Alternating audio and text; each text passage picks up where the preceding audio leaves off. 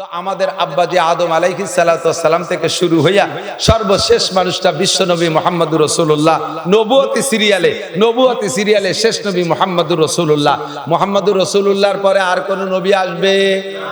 জোর হলো না? নগরকান্দার থেকে শুরু হইতে হবে, সালতার থেকে শুরু হইতে হবে। ইনশাআল্লাহ এই এলাকায় কোনো কাদিয়ানি ফিতনা থাকতে পারবে না, পারবে না। সমন্বয়ের বাংলাদেশ চলতেছে, সংশোধনের বাংলাদেশ চলতেছে, সংস্কারের বাংলাদেশ চলতেছে। বর্তমান সরকারের উপদেষ্টা মণ্ডলী যারা, তারা বিভিন্ন সেক্টরে সংস্করণ করতেছে। যেখানে যে ত্রুটি বিগত আলারা করে রেখে গেছে, যে বিগত আলারা করে রেখে গেছে সংবিধানের ভুল, সবগুলোকে সংস্করণ করে সাইজ করতেছে। কাজেই এই মুহূর্তে সংখ্যাগরিষ্ঠ মুসলিম কান্ট্রি বাংলাদেশের লক্ষ কোটি জনতার পক্ষ থেকে মাননীয় প্রধান উপদেষ্টার কাছে এবং উপদেষ্টা মণ্ডলীদের কাছে আমাদের মনে প্রাণের একটা প্রস্তাব, একটা দাবি, আপনারা সংস্করণ করবেন। বাংলাদেশে থাকবে বহুজাতিক মানুষের বাংলাদেশ। এর ভিতরে মুসলমান থাকবে, হিন্দুরা থাকবে, খ্রিস্টানরা থাকবে, বুদ্ধরা থাকবে, কাফেরও থাকবে, ইহুদি থাকবে, নাসারা থাকবে, সবাই থাকবে, কাদিয়ানিরাও থাকবে, সবাই থাকবে। তবে যার যার নিজ নিজ ব্যানারে পরিচয় দিয়ে থাকবে। কথা বলুন ঠিক ঠিক না? মুসলমানের ব্যানারে থাকবে, মুসলমানের ব্যানারে কোনো অমুসলমান থাকতে পারবে না। কাদিয়ানি গ্রুপ এরা নিজেদের পরিচয় দেয় হয় আহমাদি মুসলিম জামাত। আপনারা জানেন কি জানেন না জানি না, তাদের নবী দাবি করে তারা গোলাম আহমদ কাদিয়ানিকে। ও কি সত্য না মিথ্যা? ও মোমেন না কাফের? আমার নবীর এগেনস্টে, আমার আল্লাহর এগেনস্টে যদি কেউ খুদাই দাবি করে, সেও যেমন কাফের। আমার আল্লাহ, আমার নবীর এগেনস্টে আরেকজন যদি নবী দাবি করে, সেও কাফের। আর তাকে যারা নবী মানবে তারাও কাফের। আর এই কাফের রে, এই কাদিয়ানিকে যারা কাফের বলতে লজ্জা পাবে, কাফের বলতে ভয় পাবে, কাফের স্বীকৃতি দিতে এলোমেলো করবে, তারাও কাফের। তাদেরকে কাফের বলার স্লোগানের সময় যারা মুখ বন্ধ করে রাখবে, তাদেরও ঈমানের মধ্যে ত্রুটি আছে। বিগত সরকার, বিএনপি সরকারের কাছেও দাবি জানাইতাম, আমরা আমলিগ সরকারের কাছেও দাবি জানাইছি, কাদিয়ানীদেরকে বাংলাদেশে বসবাস করবে না তা না, তাদের থাকতে নিষেধ করি না, তারা থাকবে। তবে তাদের কাফের ব্যানারের অধীনে থাকবে, তারা মুসলিম জামাতের অধীনে থাকতে পারবে। যেহেতু সংস্কারের যুগ চলতেছে, মিডিয়ার মাধ্যমে পাঠায় দেব। সংস্কার যারা আছেন উপদেষ্টা মণ্ডলী, এখানে আপনারা সংস্করণ করবেন। বাংলাদেশে কোনো কাদিয়ানি মুসলমানের নামে থাকতে পারবে না, তারা কাফেরের নামে থাকবে, তাদেরকে কাফের ঘোষণা দিতে হবে। কথা বলুন ঠিক ঠিক না? আমাদের নবী মুহাম্মদুর রাসূলুল্লাহ সাল্লাল্লাহু আলাইহি ওয়াসাল্লাম, আমার নবী নিজেই বলেন, আনা খাতামুন নবিয়্যিন লা নাবিয়্যা বাদি, আমি শেষ নবী, আমার পরে আর কোনো নবী আসবে না, আর কোনো নবীর দরকারও হবে না। ঠিক কি ঠিক না? আমার নবী এসেছিলেন এই মাসে, আমার নবী চলে গেছেন এই মাসে। আসছিলেন নবী 63 বছর আগে, চলে গেছেন 63 বছর আগে। একটু ঠান্ডা মাথায় বুঝে নিতে হবে দুইটা কথা। এ কথার পরে আমি আলোচনার দিকে চলে যাব। দুইটা কথা বুঝে নিতে হবে, যেহেতু মাসের পর তাকা যায়।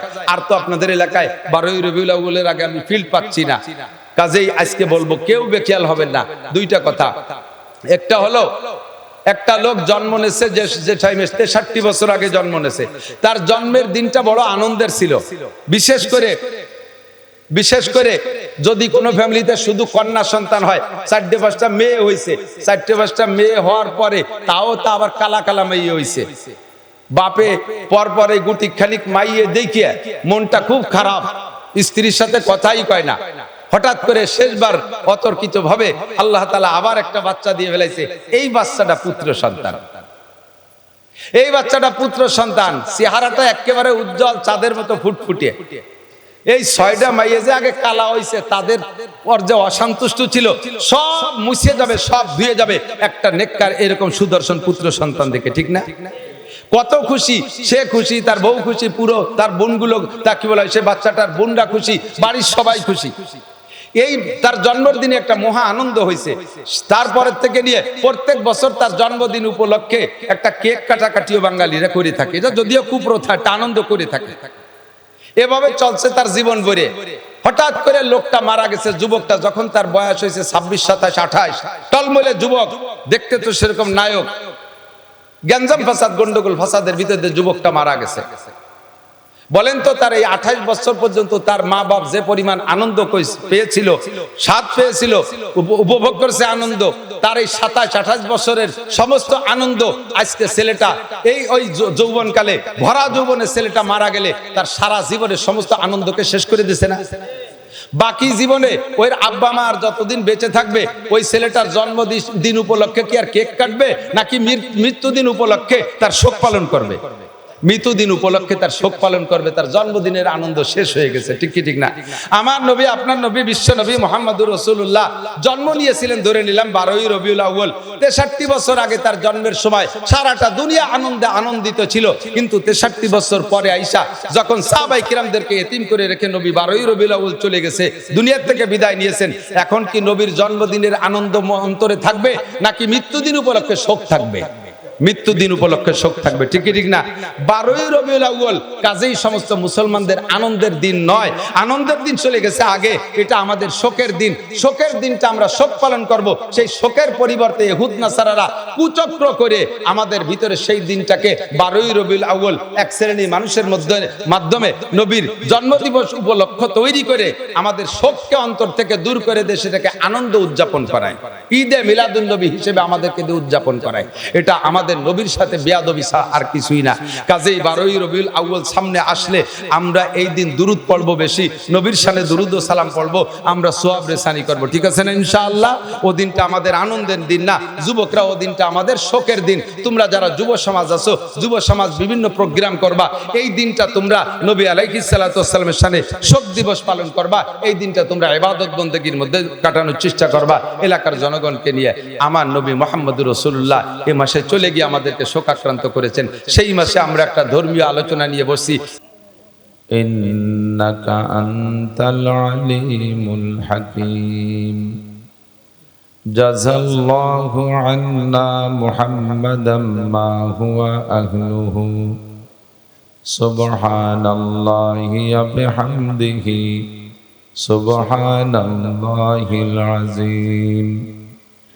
رب اشرح لي صدري ويسر لي أمري واحلل عقدة من لساني يفقهوا قولي رب زدني علما اللهم أرنا الحق حقا وارزقنا اتباعه وأرنا الباطل باطلا وارزقنا اجتنابه। সকলে বলি আমিন। অন্তর থেকে মহব্বতের সাথে নবী আলাইহিস সালাতু ওয়াস সালামের শানে আমরা একবার দুরূদ শরীফ পড়ি। আল্লাহুম্মা সাল্লি আলা মুহাম্মাদিন ওয়া আলা আলি মুহাম্মাদ কামা সাল্লাইতা আলা ইব্রাহিম وعلى آل إبراهيم إنك حميد مجيد اللهم بارك على محمد وعلى آل محمد كما باركت على إبراهيم وعلى آل إبراهيم إنك حميد مجيد।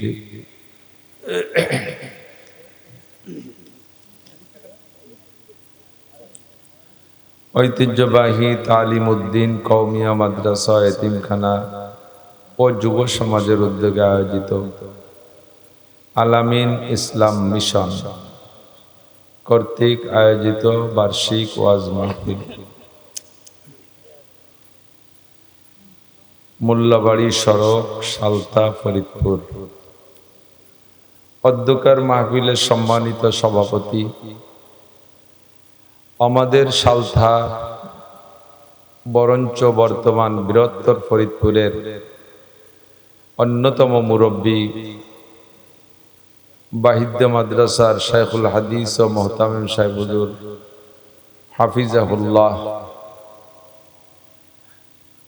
এই অঞ্চলের অনেক অনেক উলামায়ে কেরাম, আয়েম্মায়ে মাসাজিদ, মাদ্রাসার আজিজ আমতোলাবা, প্রাণপ্রিয় দেশবাসী, আল্লাহ রাব্বুল আলামিনের শাহী দরবারে আমরা শুকর আদায় করে নেই। আরবিতে মাসটির নাম রবিউল আউয়াল, জানা আছে আপনাদের? রবিউল আউয়াল মাস শুনেই আমরা বড় আনন্দিত। এ মাসে বিশ্ব নবী মুহাম্মদুর রাসূলুল্লাহ সাল্লাল্লাহু আলাইহি ওয়াসাল্লাম দুনিয়ায় এসে আমাদেরকে ধন্য করেছিলেন। আবার সাথে সাথে বড় দুঃখ পাই, এ মাসেই নবী আলাইহিস সালাতু ওয়াস সালাম 63 বছর হায়াত সমাপ্ত করে আল্লাহ পাকের ডাকে সাড়া দিয়ে আমাদেরকে এতিম করে রেখে চলে গিয়েছিলেন। কাজেই রবিউল আউয়াল মাস আনন্দেরও মাস, আবার শোকেরও মাস। আনন্দ শোক বিজড়িত রবিউল আউয়াল মাসের বিশেষ সময় এ বর্ষা বাদলের মৌসুমে এলাকার হাজারো লাখো মানুষের মধ্য থেকে আল্লাহ পাক বাছাই ছাঁটাই করে আমাদেরকে মনোনীত করেছেন সাময়িক জান্নাতের বাগানে বসার জন্য। সকলে শুকর আদায় করি আলহামদুলিল্লাহ। একেবারে অন্তর থেকে, দিল থেকে সাহেবে দিল বাহিদদের হুজুর দামাত বরকাতুল আলিয়া মুরব্বিয়ানা নসিহাত আমাদেরকে করেছেন। আপনারা এখানে বসে লক্ষ্য করেছেন কিনা আমি জানি না, আমি ঘরে বসে হুজুরের সব বয়ান শুনেছি। মানব জীবন গড়তে যে জরুরি কথাগুলো লাগে হুজুর ধীরে ধীরে ধীরে ধীরে সব কথাগুলো বলেছেন। এই সব কথাগুলির পর আমল করতে পারলেই জিন্দেগি যথেষ্ট হয়ে যায়। কিন্তু মানুষের স্বভাব হলো ভুলে যাওয়া। আরবিতে বলে আউয়ালুন নাসে আউয়ালু নাসিন, মানব কুলের প্রথম মানুষটা আদম আলাইহিস সালাতু ওয়াস সালাম। সমস্ত মানুষের প্রোডাকশন শুরু হয়েছে যে মানুষটা থেকে, সেই মানুষটার নাম কি? আদম আলাইহিস সালাতু ওয়াস সালাম। আমরা তো এই বিশ্বাসে বিশ্বাসী, নাকি বলেন? নাকি ডারউইনের বিশ্বাসে বিশ্বাসী? বান্দরের থেকে মানুষ হওয়া কত বড় অসমীচীন একটা কথা, অসামঞ্জস্য একটা কথা, অমানবিক একটা কথা। সে একজন বিজ্ঞানী হইয়া এই কথা উপস্থাপন করলো, তার গবেষণায় বেরোয় আসলো, আর হাজারো লাখো শিক্ষিত পণ্ডিতরা সে কথা মেনে নিল। এরা কেমন শিক্ষিত, কেমন বিজ্ঞানী না অজ্ঞানী, আল্লাহই ভালো জানে।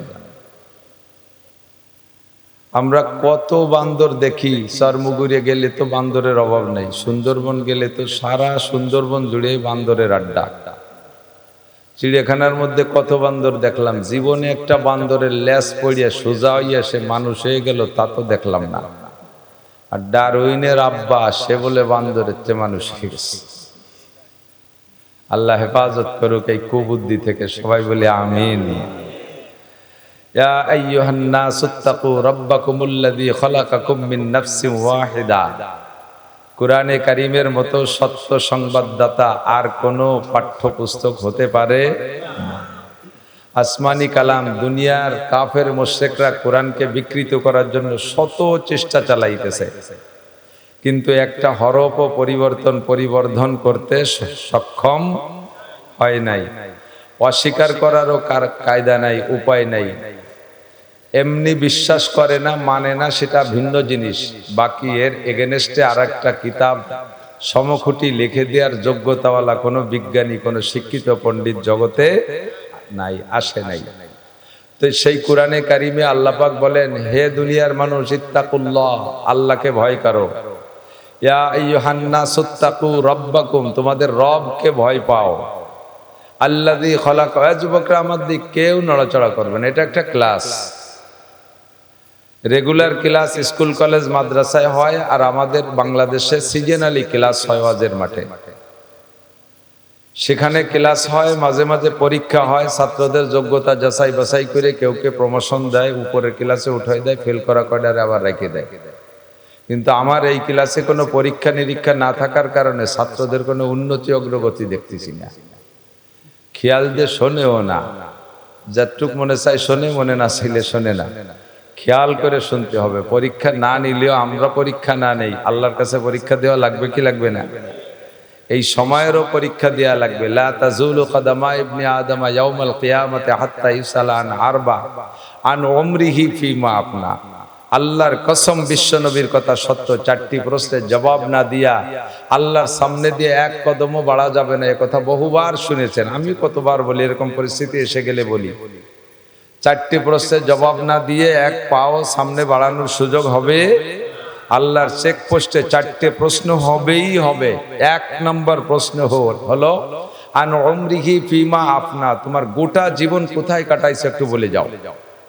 সারা জীবনের হিসাব দিতে হবে। আজকে এখানে বসছেন, আমাকেও হিসাব দেওয়া লাগবে। তুমি এই 200-500 মানুষকে বসায় রাখছো, কি শিখেছো একটু কইয়ে যাও আমার কাছে।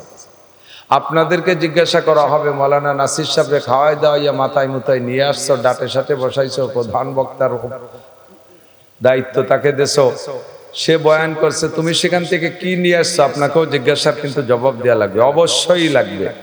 কাজে এই সময়টা নষ্ট না করি। বহু সময় নষ্ট করি চায়ের স্টলে, অনেক সময় নষ্ট করি আজে বাজে গল্প গুজবে। আজকের এই সময়টা নষ্ট না হয়ে যাক, প্রত্যেকটা কথা মনে রাখবো তো ইনশাআল্লাহ।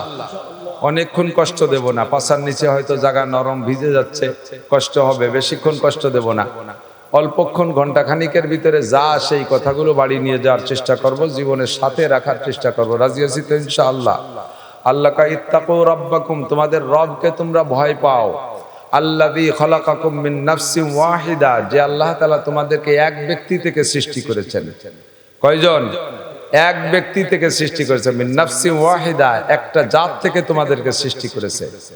মিন নাফসিন ওয়াহিদা ওয়া খালাকা মিনহা যাওজাহা, সর্বপ্রথম সৃষ্টি পদ্ধতি কি? ওই লোকটা থেকে তার স্ত্রীকেও সৃষ্টি করেছে। আপনারা অনেক অনেক শিক্ষিত পণ্ডিত আছেন, বলতে পারবেন ডিম আগে না মুরগি আগে? তো বড় বেকায়দায় পড়ে গেলাম। ডিম আগে না মুরগি আগে? বলেন তো, মুরগি আগের পক্ষে কারা? একটু কষ্ট করে বেয়াদবি মাফ করবেন, হাত দেখাবেন। ডিম আগে না মুরগি আগে? অনেকে আবার সমন্বয়কের কাতারে চুপ করে রয়েছে। আমলিগ বিএনপি 2 দলে যাক, আমরা মাঝে একদল সমন্বয় করবো। ডিম আগে কারা, এর পক্ষে কারা একটু দেখাবেন। ডিম আগে, ডিম আগে না মুরগি আগে? তার ডিম আগের পক্ষে কয়জন? তা ডিম আগের পক্ষে 10-12 জন, মুরগি আগের পক্ষে বেশ কয়েকজন, কিন্তু ফাঁকে কেউ হাত উঠই নেই। যেদিক যায় সেই দিকের পক্ষে।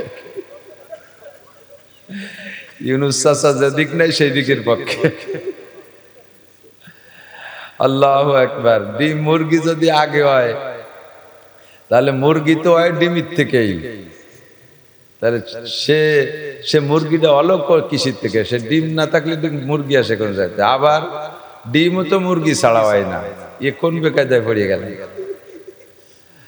আল্লাহ পাক রব্বুল আলামিন বলেন, আমি মরা থেকে, সব জীবিতকে মরা থেকে বানাই, সমস্ত জীবিতকে মৃত্যু থেকে তৈরি করি।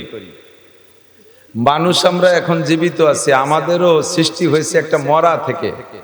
বীর্য মরা জিনিস, মাটি মরা, পানি মরা, আগুন মরা, বাতাস মরা, এই সব মরা থেকে আল্লাহ তাআলা জীবিত মানুষ বানাইছে। কোরআন শরীফের সাক্ষী।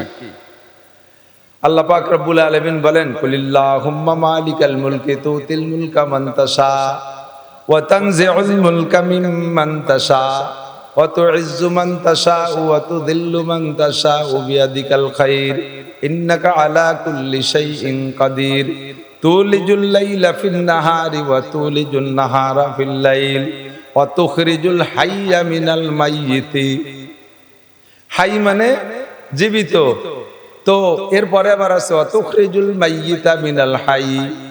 কিন্তু বলতে যাই আল্লাহ তো বলতে পারতেন, যদি মুরগি আগে হতো তাহলে বুঝতাম আল্লাহ বলতেন ওয়া তুখরিজুল মাইয়িতা মিনাল হাই, আগে এইটুক বলতেন। কিন্তু আগে আল্লাহ তা না বলে কি বলছেন?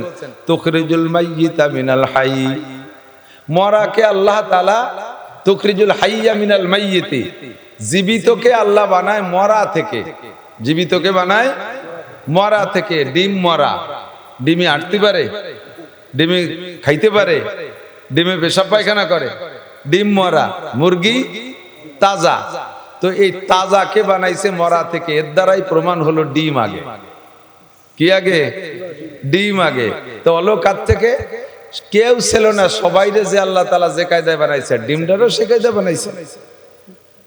ডিমটাকে সংরক্ষিতভাবে সুরক্ষিতভাবে আল্লাহ তাআলা পাঠায় দিছে, আর জমিনের হিট পাইয়া ডিমটার থেকে একটা বাচ্চা হয়েছে, সেখান থেকে মুরগি তৈরি হয়েছে। দুনিয়ার সিস্টেম হলো নারী আর পুরুষের মিলনের দ্বারা সন্তান হয়, মানুষ পয়দা হয়, এটাই সিস্টেম না? তো সর্বপ্রথম মানুষটা আদম আলাইহিস সালাম, উনার আব্বার নাম কি? আদম আলাইহিস সালামের মায়ের নাম কি? আদম আলাইহিস সালামের আব্বা নাই, তার মা নাই। আল্লাহ তাআলা সর্বপ্রথম আদম আলাইহিস সালাতু ওয়াস সালামকে খালাকাল্লাহু বিয়াদাইহি, আদম আলাইহিস সালামকে আল্লাহ তাআলা নিজ হাত দিয়ে তৈরি করেছেন। আল্লাহর হাত দিয়ে বানাইছে। ফেরেশতাদেরকে বলছে গলার নিচের টুক বানাও, ফেরেশতারা গলার নিচের টুক বানাইছে আদম বানানোর অর্ডার পেয়ে। এবার ফেরেশতারা বললে আল্লাহ আদম কি এইটুকি? আল্লাহ বললেন আদম যদি মানুষ যদি ওইটুকি হবে, তার নিচে তো তার আসল টুকি তো না, স্পিকার কো কথা বলবে কি দিয়ে? হেডলাইট কোন জায়গা? চোখ। তার কানে শুনবে সে কান কো, তারপরে খাবে সে অঙ্গ কো, ইত্যাদি ইত্যাদি সব মিলে সেটুক তো বানানো নাই, আসল টুকি তো বাদ রয়েছে। জি আল্লাহ বলেন সেটুক কিভাবে বানাইতে হবে? আল্লাহ পাক বললেন সেটুক তোমরা পারবা না, ওটুক তোমরা পারবা না, ওটুকের মধ্যে অনেক কারুকার্য আছে। মাথার ভিতরে মগজ থাকবে। একজন মানুষের মগজ এত বড় প্রশস্ত যে মগজটা আগে দেখছেন মনে হয় ক্যাসেটের ফিতে ছিল না, ফিতেই কথা ধরে রাখতো, ক্যাসেট ঘুরতো, ফিতে ঘুরতো, আর কথা সাপ্লাই হতো। মানুষের মগজ থেকে ক্যাসেটের ফিতে তৈরি করা হয়েছে। একজন মানুষের মাথার গিলু বের করে এটাকে যদি তার মূল পর্দা হিসেবে, এটা পর্দার সমন্বয়, এই পর্দাকে দলা করে এটা মগজ গিলুর একটা খান্ডা তৈরি করছে।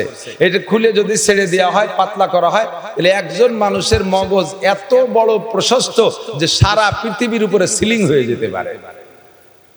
এতে কথা ধরে রাখবে, এতে কথা রেকর্ড করবে।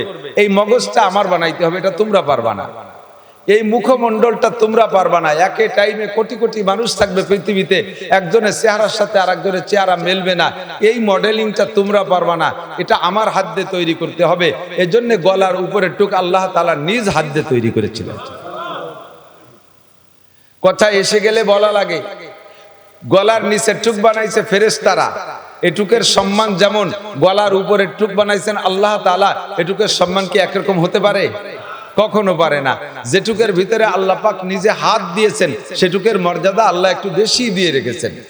যে জিনিসটা আমার কাছে অর্জন হয় বিনা পরিশ্রমে, ওই জিনিসের মর্যাদা, আর যেটা বানাইতে যেটার উপরে আমার পরিশ্রম আছে, ওইটার মর্যাদা আমার কাছে একরকম না। মাঝে মাঝে উদাহরণে বলি, যুবক বৈশা বৈশা দামি একটা শাল চাদর দিয়ে স্যান্ডেল পরিষ্কার করে।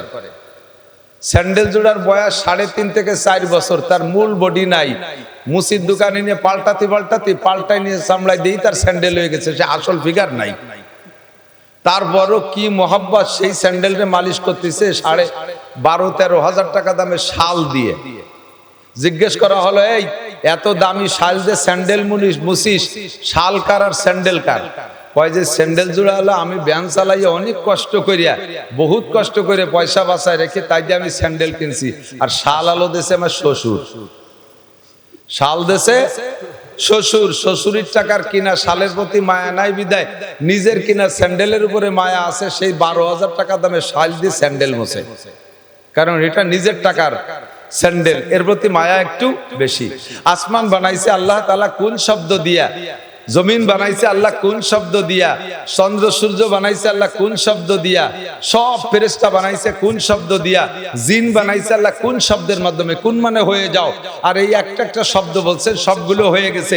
এদের সারা জগতে যত সৃষ্টি আছে, সমস্ত সৃষ্টি মিলাইয়া সকলের উপরে আল্লাহর যতটুক মায়া, সাধারণ একজন মূর্খ মানুষের মাথার উপরে আল্লাহ তাআলার মায়া তার চাইতে লাখ কোটি গুণ বেশি। কারণ এইটুক বানাইছে আল্লাহ তাআলা নিজ হাত দিয়ে, যার উপরে আল্লাহর হাতের ছোঁয়া আছে তার উপরে আল্লাহর মায়া বেশি। এই জন্য নবী আলাইহিস সালাম বলেন, যদি তোমরা কখনো কোনো মানুষের উপরে রেগে যাও, কাহারো উপরে রেগে যাও, কেউকে মারতে চাও, প্রহার করার দরকার হয়, তাহলে তাকে মারবা গলার নিচে যেটুক ফেরেশতারা বানাইছে ওইটুকু মারিয়ে শেষি ফেলাই দাও। আল্লাহ যেটুক আজ দিয়ে বানাইছে ও জায়গা মার দিও না। এই জন্য মাথায় মারবা না, মুখে মারবা না, কান ধরে টান দিবা না, দাঁত মুখ ভেঙে ফেলাই দিবা না, এই জায়গা মারবা না। কিন্তু আমরা সম্পূর্ণ উল্টো করি, পয়লা বক্সিংটা নাক জড়াইয়া নাক বসকায় ফেলি। বাচ্চা কাচ্চারে থাপ্পড় দিতে গেলে মাথায় দেয়, কান জড়াই দেয়, মুখের উপরে গালের উপরে থাপ্পড় মারি। যে জায়গা মারতে নিষেধ করছে সেই জায়গা আগে মারি। লাঠি দিয়ে বাড়ি দিলে, আপনাদের এলাকায় তো বাড়ি বাড়ি হয় না, আন্তর্জাতিক খ্যাতি সম্পূর্ণ সালতানগর কান্দা, এ জায়গার মানুষ হেসাক ধরায় কাজি পারে, মহিলারা ছাই উড়ে, সুবহানাল্লাহ, কি বিল্লাহ, একটু নাউজুবিল্লাহ। তো পয়লা মাইকটা কোন জায়গা দেন আপনারা? মাথা ফেলাই দিতে পারলে আর এদিক ওদিক চাই না, কথা কোন ঠিক না? আল্লাহু আকবার। তো আদম আলাইহিস সালাতু ওয়াস সালামকে আল্লাহ বড় মহব্বতের সাথে, মানে উস্তাদ যারা আছেন, মাদ্রাসার শিক্ষক বা স্কুলের শিক্ষক যারা আছেন, তাদেরকে একটা সবক দিয়ে দেই, কথার ভিতর দিয়ে একটু মনে রাখবেন, পরে কথার দিকে যাচ্ছি, কষ্ট হচ্ছে না তো? উস্তাদরা মারতে গেলে কান ধরে টানিয়ে উঠে ছাত্রদেরকে, কানে মারবেন না, কানের সম্পর্ক ভিতরে ব্রেনের দিকে, মাথার কাঁধে পিছনের দিকে থাপ্পড় মারবেন না। বিজ্ঞানীদের কাছে শুনে দেখেন, মানুষের মগজের পাওয়ার থাকে মাথার পিছনের দিকে, ও জায়গা যদি থাপ্পড় দেয় তখন মাথা খারাপ হয়ে যায়। ধীরে ধীরে মাথায় মারতে মারতে ছেলেটা ভালো ব্রেনই ছিল, মাথাটা নষ্ট হয়ে যাবে, ব্রেন খারাপ হয়ে যাবে। আর রাতের বেলায় ঘুম থেকে উঠানোর জন্য ধরেই কান ধরে হাত ধরে টান দিয়ে উঠবেন না। মাদ্রাসার শিক্ষকরা এ ব্যাপারে চরম অন্যায় করে, ভুল করে জায়গায় জায়গায়। শেষ রাত্রে বাচ্চারা যদি ডাকলে না ওঠে, ধরে কান ধরে টান দিয়ে উঠে ফেলাই দেয়, ওই ছেলেটা হতভম্ব হয়ে যায়। মানুষ যখন ঘুমায় তখন তার ভিতরে রুহু থাকে। রুহু একটা মেশিন আল্লাহ তাআলা তৈরি করে রেখেছেন, রুহু ভিতরে থাকে। রুহু থাকার কারণে মানুষ বিভোরে ঘুমাচ্ছে, ও একেবারে অনায়াসে ঘুমাচ্ছে, দুনিয়ার কোনো খবর নাই, অথচ মেশিনটা চালু রয়েছে, সে জীবিত রয়েছে, ঠিক না? একজন মানুষের সাথে দুইটা জিনিস থাকলে মানুষটা মানুষও থাকে, আর সাথে মানুষটার হুঁশ জ্ঞানও থাকে। সেটা হলো 1 নম্বরে রুহু, 2 নম্বরে নফস। রুহু আর নফস, নফসকে আমরা বাংলায় আত্মা বলি। এই রুহুটাই মানুষকে জীবিত রাখে আর আত্মাটাই মানুষকে হুঁশ রাখে। মানুষ যখন ঘুম হয়ে যায় তখন রুহু ভিতরে থাকার কারণে সে জীবিত থাকে। বাকি ঘুমানোর সাথে সাথে প্রত্যেকটা মানুষের আত্মা নফস এর ভিতরে থাকে না, ও সফর করে। এই সফর করতে করতে আমেরিকা চলে যায়, জাপান চলে যায়, ও ঘুরে ঘুরে বিশ্বের যেখানে যা দেখে ওখান থেকে রুহের উপরে ফোকাস করে, ওইটাই তার স্বপ্ন। ছেলেটা রইছে বিছানে ঘুমাইয়া, স্বপ্নে চলে গেছে আমেরিকা, জো বাইডেনের মাইয়ে বিয়ে করে ও জায়গা ঘর সংসার করে 4-5টা ছেলে মেয়ে হয়ে গেছে। লাইফ দিয়ে উঠে দেখে যে দাফা দাবি হতে হতে খেতা ছিঁড়ে ফেলাইছে। ও ছেলে তো বিছানেই আছে, ওর বডি এখানে আছে, রুহ এখানে, ওর নফস আর আত্মা উড়িয়ে চলে গেছে আমেরিকা, যে এত কিছু করে তারপরে সকালে বেলা উঠার আগে বাড়ি ফিরে আসছে। নফস যতক্ষণ পর্যন্ত রুহের সাথে সেট না হয় ততক্ষণ পর্যন্ত মানুষ হুঁশ হয় না। দেখবেন ছোট বাচ্চা যারা রাতের বেলা আপনারা উঠাইয়া পেশাব করান না, ছোট বাচ্চাদেরকে উঠে বিছানে পেশাব করাবে, তো পেশাব করান না, ওরে বাইরে নিয়ে ধরছেন, ওর রুহু আছে, রুহুর কাজ রুহুতে করছে, প্যান্ট খুলে দিয়েছেন, পেশাব করছে, এরপর এনে শোয়াই দিয়েছেন। সকালবেলা জিজ্ঞেস করবেন যে এই তোরে যে উঠাইয়া ওই জায়গা পেশাব করাছি, তোর কি মনে আছে? কয় হ, আমি কোনো সময় উঠি নেই। ও জানেই না, ওরা আত্মা এসে রুহের সাথে সেট হয়ে পারে না, বিদায় রুহুর কাজ রুহুতে করছে, কিন্তু সে তার টের পায়নি। এ কথা থেকে আমি বলতে চাই, বাচ্চারা যখন ঘুমায় তখন তাদেরকে ঘুম থেকে উঠানোর জন্য আচানক হাত ধরে টান দিয়ে উঠবেন না, ঠ্যাং ধরে টান দিয়ে উঠবেন না, কান ধরে টান দিয়ে উঠবেন না, চুল ধরে টান দিয়ে উঠবেন না। ওর আত্মা এসে রুহের সাথে সেট হয়ে পারে না, তখন দেখবেন এরকম করে ঢালুমালু করে হতভম্ব হয়ে যায়, ও দিককানা হয়ে যায়, দিঘারা হয়ে যায়। দেখছেন না এরকম? দেখছেন না? মাদ্রাসার শিক্ষক গভীর রাত্রে ছেলেদেরকে উঠায়, ডেস্কের উপরে লাঠি দিয়ে ঠাস ঠাস করে বাড়ি মারে, রুহুতে এই বাড়িটা শুনে লাফ দিয়ে উঠে গেছে, নফস আইসে আত্মা আইসে ওর সাথে সেট হয়ে পারে না। ওই অবস্থায় ছেলেটা যাইয়া অনেক সময় পেশাবখানায় যে পেশাব করতে যে সে জায়গা ঘুমায়ও থাকে, ও জায়গা ঘুমাই রয়েছে, ওরা আত্মা এসে সেট হয় নাই। এভাবে বারবার করতে করতে ওর ব্রেন খারাপ হয়ে যায়। তারপরে কোনো আমি মাদ্রাসায় পড়বো না, আমার মাথায় ধরে না, পারি না, শেষ রাত্রি উঠে আমার ঘুম পড়ে না, ইত্যাদি করে ছেলেটা নষ্ট হয়ে যায়। এই ছেলেদেরকে উঠানোর পদ্ধতি সিদ্দিকা আয়েশা রাদিয়াল্লাহু তাআলা আনহার হাদিস থেকে নিয়ে আসছি। সিদ্দিকা আয়েশা বলেন, নবী আলাইহিস সালাতু সালাম আর আমি যখন রাত্রে এক রুমে ঘুমাইতাম, ছোট্ট রুম, আমরা একজনে উঠে, দুইজন যদি উঠে একজনে নামাজে দাঁড়াইতো রুমের ভিতরে, তাহলে আর একজনের গায়ে পা লাগতো, সিজদার ধাক্কা লাগতো, এত চাপা রুমের মধ্যে আমি আর হুজুর ঘুমাইতাম। হুজুরের সব স্ত্রীদের রুম এরকম ছিল। তো হুজুর গভীর রাত্রে উঠতেন, উঠা শেষ রাত্রে উঠে হুজুর অজু করতে যাওয়ার আগে আমাকে ডাকতেন। আয়েশাকে হুজুর অত্যন্ত ভালোবাসতেন।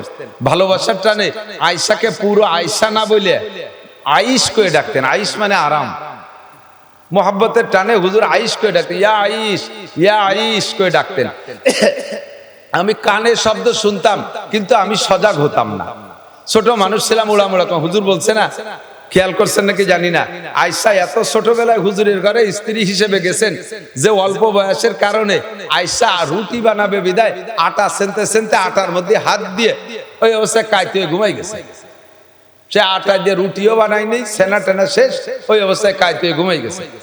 আরো মজার বিষয় যে আটা হাতের মধ্যে রয়েছে, উনি ঘুমাই রয়েছে, ছাগলে আটাটুক খাইয়ে গেছে, তাও টের বাইরে। ছোটদের ঘুমের যে অবস্থা। তো শেষ রাত্রি আমার ঘুমের প্রভাবে আমি এরকম ঘুমাই থাকতাম, হুজুর আমারে ডাকতেন, উঠতাম না।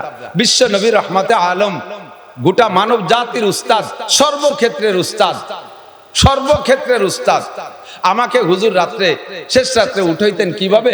অজু বানাইয়া আইসা আবারও ডাকতেন, তাও উঠতাম না। একটু হাতে যে পানি থাকতো হুজুর পানি, এই আমার চোখের উপরে মুখের উপরে চটকা মারতেন। হালকা হালকা ঠান্ডা পানির প্রভাবে আমি অনেকদিন উঠে যেতাম। আবার কোনো কোনো দিন যদি এভাবে আমি না উঠতাম, তাহলে হুজুর আঙ্গুলে পানি নিয়ে আমার দুই চোখের কেনিতে 2 ফোঁটা পানি ছেড়ে দিতেন। হালকা হালকা করে মৃদু মৃদু করে আমার মাথা মালিশ করতেন, আর ধীরে ধীরে ডাকতেন, ইয়া আইস কুমি বিইذনিল্লাহ, ও আয়েশা তুমি ওঠো, তুমি ওঠো, ওযু বানাও, নামাজ পড়ো, তাহাজ্জুদ পড়ো। আল্লাহ পাক রব্বুল আলামিন ডাকতেছেন, আলা মুস্তাগফিরিন ফাগফির আলা, আলা মুস্তারজিকিন ফারজুকা, আলা মুস্তাশফিন ফাওয়াফিয়া। কে আসো অভাবী আমার কাছে চাও, কে আসো গুনাহগার ক্ষমা চাও, কে আসো রোগী আমার কাছে শিফা চাও। ডাক্তাররা ঔষধ ছাড়া চিকিৎসা করতে পারে না, অপারেশন ছাড়া চিকিৎসা করতে পারে না। আমি শুধু কোন শব্দ বলবো তোমার অভাব চলে যাবে, আমি কোন শব্দ বলবো তুমি সুস্থ হয়ে যাবা, আমি তোমাকে রিজিকের ফয়সালা করব। ও আয়েশা, আল্লাহ ডাকতেছে, তুমি একটু ওঠো। এভাবে নবী আমাকে মিষ্টি ভাবে ডেকে ডেকে উঠাইতেন। তো নবী আলাইহিস সালাতু ওয়াস সালাম হলো লাকাদ কানা লাকুম ফি রাসূলিল্লাহি উসওয়াতুন হাসানা। গোটা মানব জাতির মধ্যে বিশ্বনবী মুহাম্মদুর রাসূলুল্লাহ সাল্লাল্লাহু আলাইহি সাল্লামের মধ্যে, হুজুর আলাইহিস সালামের মধ্যে রয়েছে মানব জাতির উত্তম আদর্শ। ঘুম থেকে কিভাবে উঠাতে হবে মানুষকে, সে শিক্ষা আমার নবী দিয়েছেন। ঠিক ঠিক না? আমরা বাচ্চাদেরকে এভাবে ঘুম থেকে উঠাবো, উস্তাদরা এভাবে ঘুম থেকে উঠাবো। সরে চলে আসছি বেশ খানিক দূর। যে কথা বলতে চাইছি, সমস্ত মানুষের মধ্যে সর্বপ্রথম মানুষটা কে? আদম আলাইহিস সালাম। একটু বলেন কে? গভীর বিশ্বাস রাখেন, আমাদের আদি পিতার নাম কি? আদম আলাইহিস সালাম। উনার আব্বা মানাই, উনাকে আল্লাহ তাআলা নিজ হাতে বড় মহব্বতের সাথে বানাইছে, গলার উপরটুক মহব্বতের সাথে বানাইছে, যার কারণে গলার উপরের টুকের সাথে যে কেমন আচরণ করতে হবে তার 2টা কথা আমি বললাম। এবার উনি ঘুমিয়ে আছেন জান্নাতের ভিতরে, জান্নাতের মধ্যে ঘুমিয়ে রয়েছে। ঘুমানোর আগে তো একা একা, কিছুক্ষণ একা একা, একা একা জীবিত মানুষটা ঘুরতেছে। ফেরেশতারা ফেরেশতাদের কায়দায়, হুররা হুরদের কায়দায়, তারপরে গেলমানরা গেলমানদের কায়দায়, প্রত্যেকে যার যার কায়দায় সেই ঘোরাফেরা করতেছে। উনার সাথে তেমন কেউ কোনো সম্পর্ক করে না, মানুষের সাথেই না মানুষের সম্পর্ক। কথা বলেন ঠিক না? মানুষ ছাড়া অন্য প্রাণীর সাথে আপনার যত ভালোবাসা হোক, তার সাথে কি কোনো সামাজিকতা চলে? কিছুই চলে না। একা একা ভালো লাগতেছে না। এই ভালো না লাগার ভিতরে উনি ঘুমাই গেছে, দুপুরবেলা ঘুমাই গেছে। ঘুমের পরে আসরের আগে ঘুম থেকে উঠছে, টাইম হিসেবে জান্নাতের টাইম হিসেবে আসরের আগে ঘুমের থেকে উঠে দেখে বাম পাশে একটা মানুষ বসা, বাম পাশে একটা মানুষ বসা। মানুষটাকে আল্লাহ তাআলা এমন রূপসী বানাইছে, মানুষটা মহিলা, এই মহিলাটাকে আল্লাহ এমন রূপসী বানাইছে, আদম আলাইহিস সালাম উঠেই দেখে ফার্স্ট নজরে তার প্রতি মহব্বত তৈরি হয়ে গেছে, তার দিকে নজর চলে গেছে। বিশেষ বিশেষ কিছু অঙ্গের দিকে খাস নজর চলে যাচ্ছে, সেদিকে আকৃষ্ট হয়ে যাচ্ছে। আর মনের থেকে কেমন যেন টান আসছে যে তার সাথে একটু সাক্ষাৎ করি, তার গায়ে একটু হাত দেই, তার হাতটা একটু ধরি, এমন একটা আকর্ষণ তৈরি হয়ে উনি সেদিকে অগ্রসর হচ্ছেন। আল্লাহ পাক রব্বুল আলামিন জিবরিল আলাইহিস সালামকে পাঠায় দিয়েছে, জিবরাইল তুমি যে আদমকে বলো ওইটা তোমার ব্যবহার সামগ্রী, ওইটা তোমার বড় মহব্বতের, ওইটা তোমার চিরসঙ্গিনী, তবে তার সাথে তোমার শারীরিক দৈহিক সম্পর্ক করতে হলে তার একটা হক আছে, হকটা আদায় করতে হবে। বলেন জিবরিল আলাইহিস সালামকে পাঠাইছে, জিবরাইল যে আদম আলাইহিস সালামকে বলছেন এইটা তোমার ব্যবহারের জন্যই আল্লাহ তাআলা সৃষ্টি করেছে, তবে তার হক আছে, ওই হকটা আদায় না করা পর্যন্ত তার গায়ে হাত দেবা না। তার কি হক?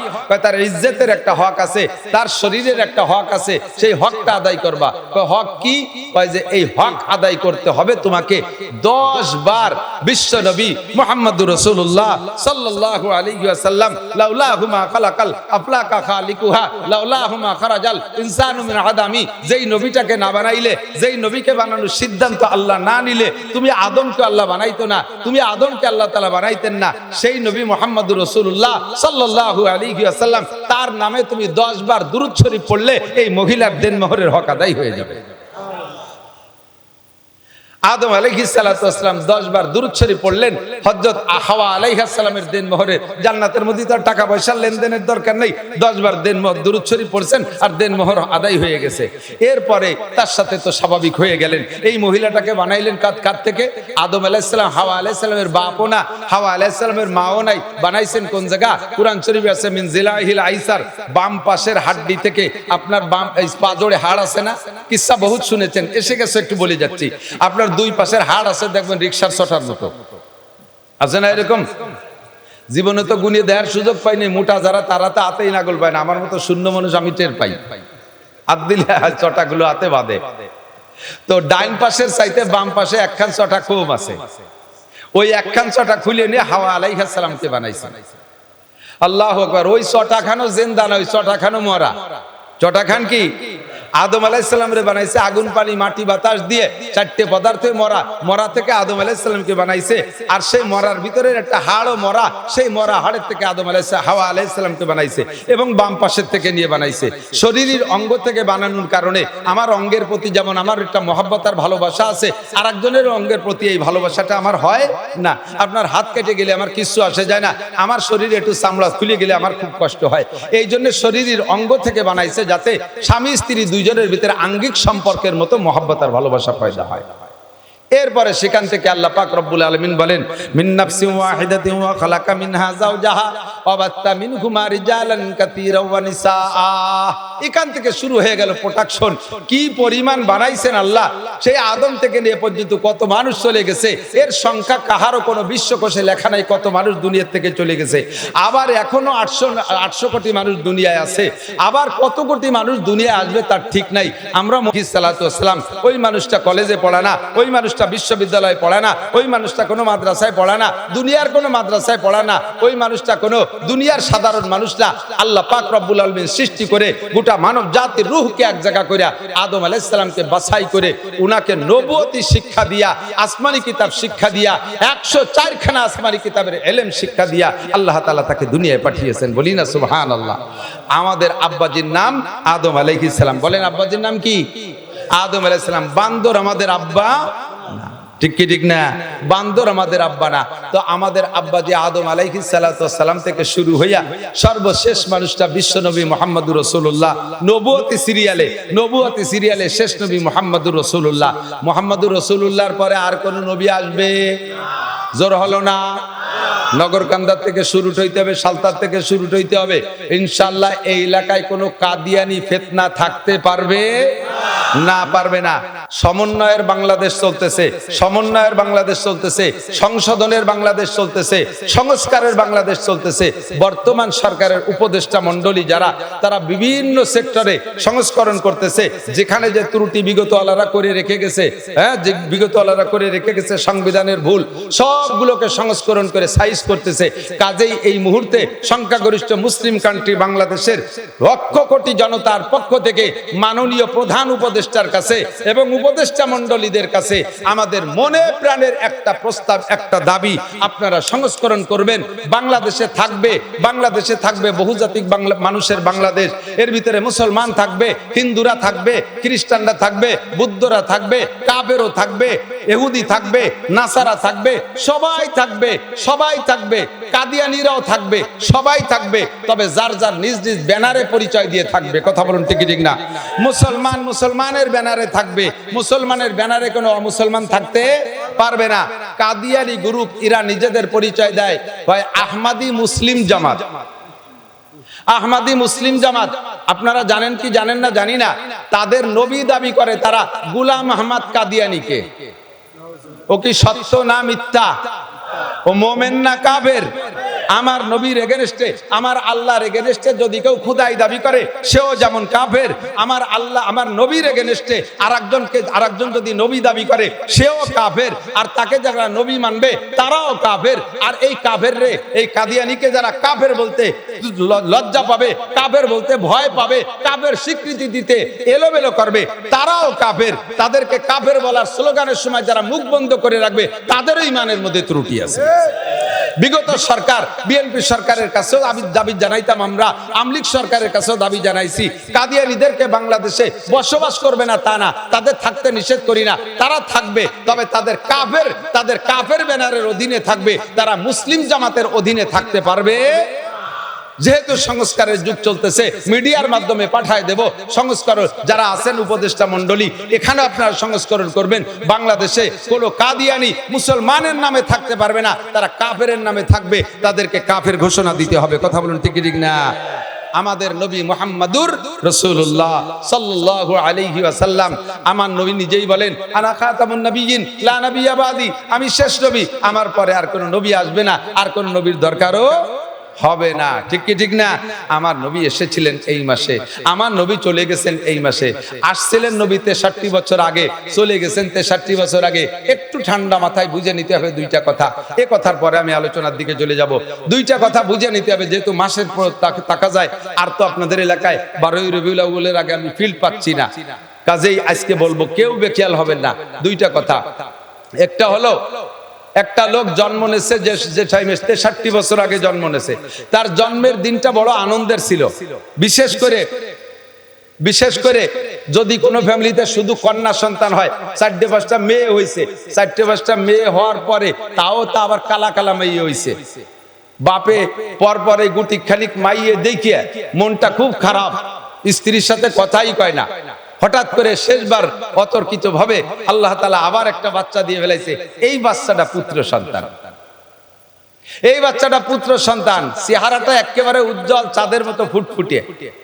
এই 6টা মাইয়ে যে আগে কালা হইছে, তাদের পর যে অসন্তুষ্ট ছিল সব মুছে যাবে, সব ধুয়ে যাবে একটা নেককার এরকম সুদর্শন পুত্র সন্তান দেখে। ঠিক না? কত খুশি সে, খুশি তার বউ খুশি, পুরো তার বোনগুলো, তা কি বলা হয়, সে বাচ্চাটার বোনরা খুশি, বাড়ির সবাই খুশি। এই তার জন্মদিনে একটা মহা আনন্দ হয়েছে। তারপরের থেকে নিয়ে প্রত্যেক বছর তার জন্মদিন উপলক্ষে একটা কেক কাটাকাটিও বাঙালিরা করে থাকে, এটা যদিও কুপ্রথা, একটা আনন্দ করে থাকে। এভাবে চলছে তার জীবন ভরে। হঠাৎ করে লোকটা মারা গেছে, যুবকটা, যখন তার বয়স হয়েছে 26, 27, 28, টলমলে যুবক, দেখতে তো সেরকম নায়ক। গ্যাঞ্জাম ফাসাদ, গন্ডগোল ফাসাদের ভিতরে যুবকটা মারা গেছে।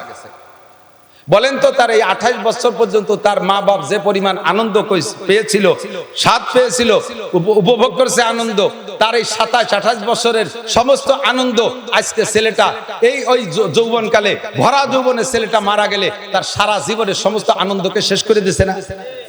বাকি জীবনে ওই আব্বা মা আর যতদিন বেঁচে থাকবে, ওই ছেলেটার জন্মদিন উপলক্ষে কি আর কেক কাটবে, নাকি মৃত্যুদিন উপলক্ষে তার শোক পালন করবে? মৃত্যুদিন উপলক্ষে তার শোক পালন করবে, তার জন্মদিনের আনন্দ শেষ হয়ে গেছে। ঠিক কি ঠিক না? আমার নবী, আপনার নবী, বিশ্ব নবী মুহাম্মদুর রাসূলুল্লাহ জন্ম নিয়েছিলেন, ধরে নিলাম 12ই রবিউল আউয়াল। 63 বছর আগে তার জন্মের সময় সারাটা দুনিয়া আনন্দে আনন্দিত ছিল। কিন্তু 63 বছর পরে আইসা যখন সাহাবায়ে কিরামদেরকে এতিম করে রেখে নবী 12ই রবিউল আউয়াল চলে গেছে, দুনিয়া থেকে বিদায় নিয়েছেন, এখন কি নবীর জন্মদিনের আনন্দ অন্তরে থাকবে, নাকি মৃত্যুদিন উপলক্ষে শোক থাকবে? মৃত্যুদিন উপলক্ষে শোক থাকবে। ঠিক ঠিক না? 12ই রবিউল আউয়াল কাজেই সমস্ত মুসলমানদের আনন্দের দিন নয়, আনন্দের দিন চলে গেছে আগে, এটা আমাদের শোকের দিন।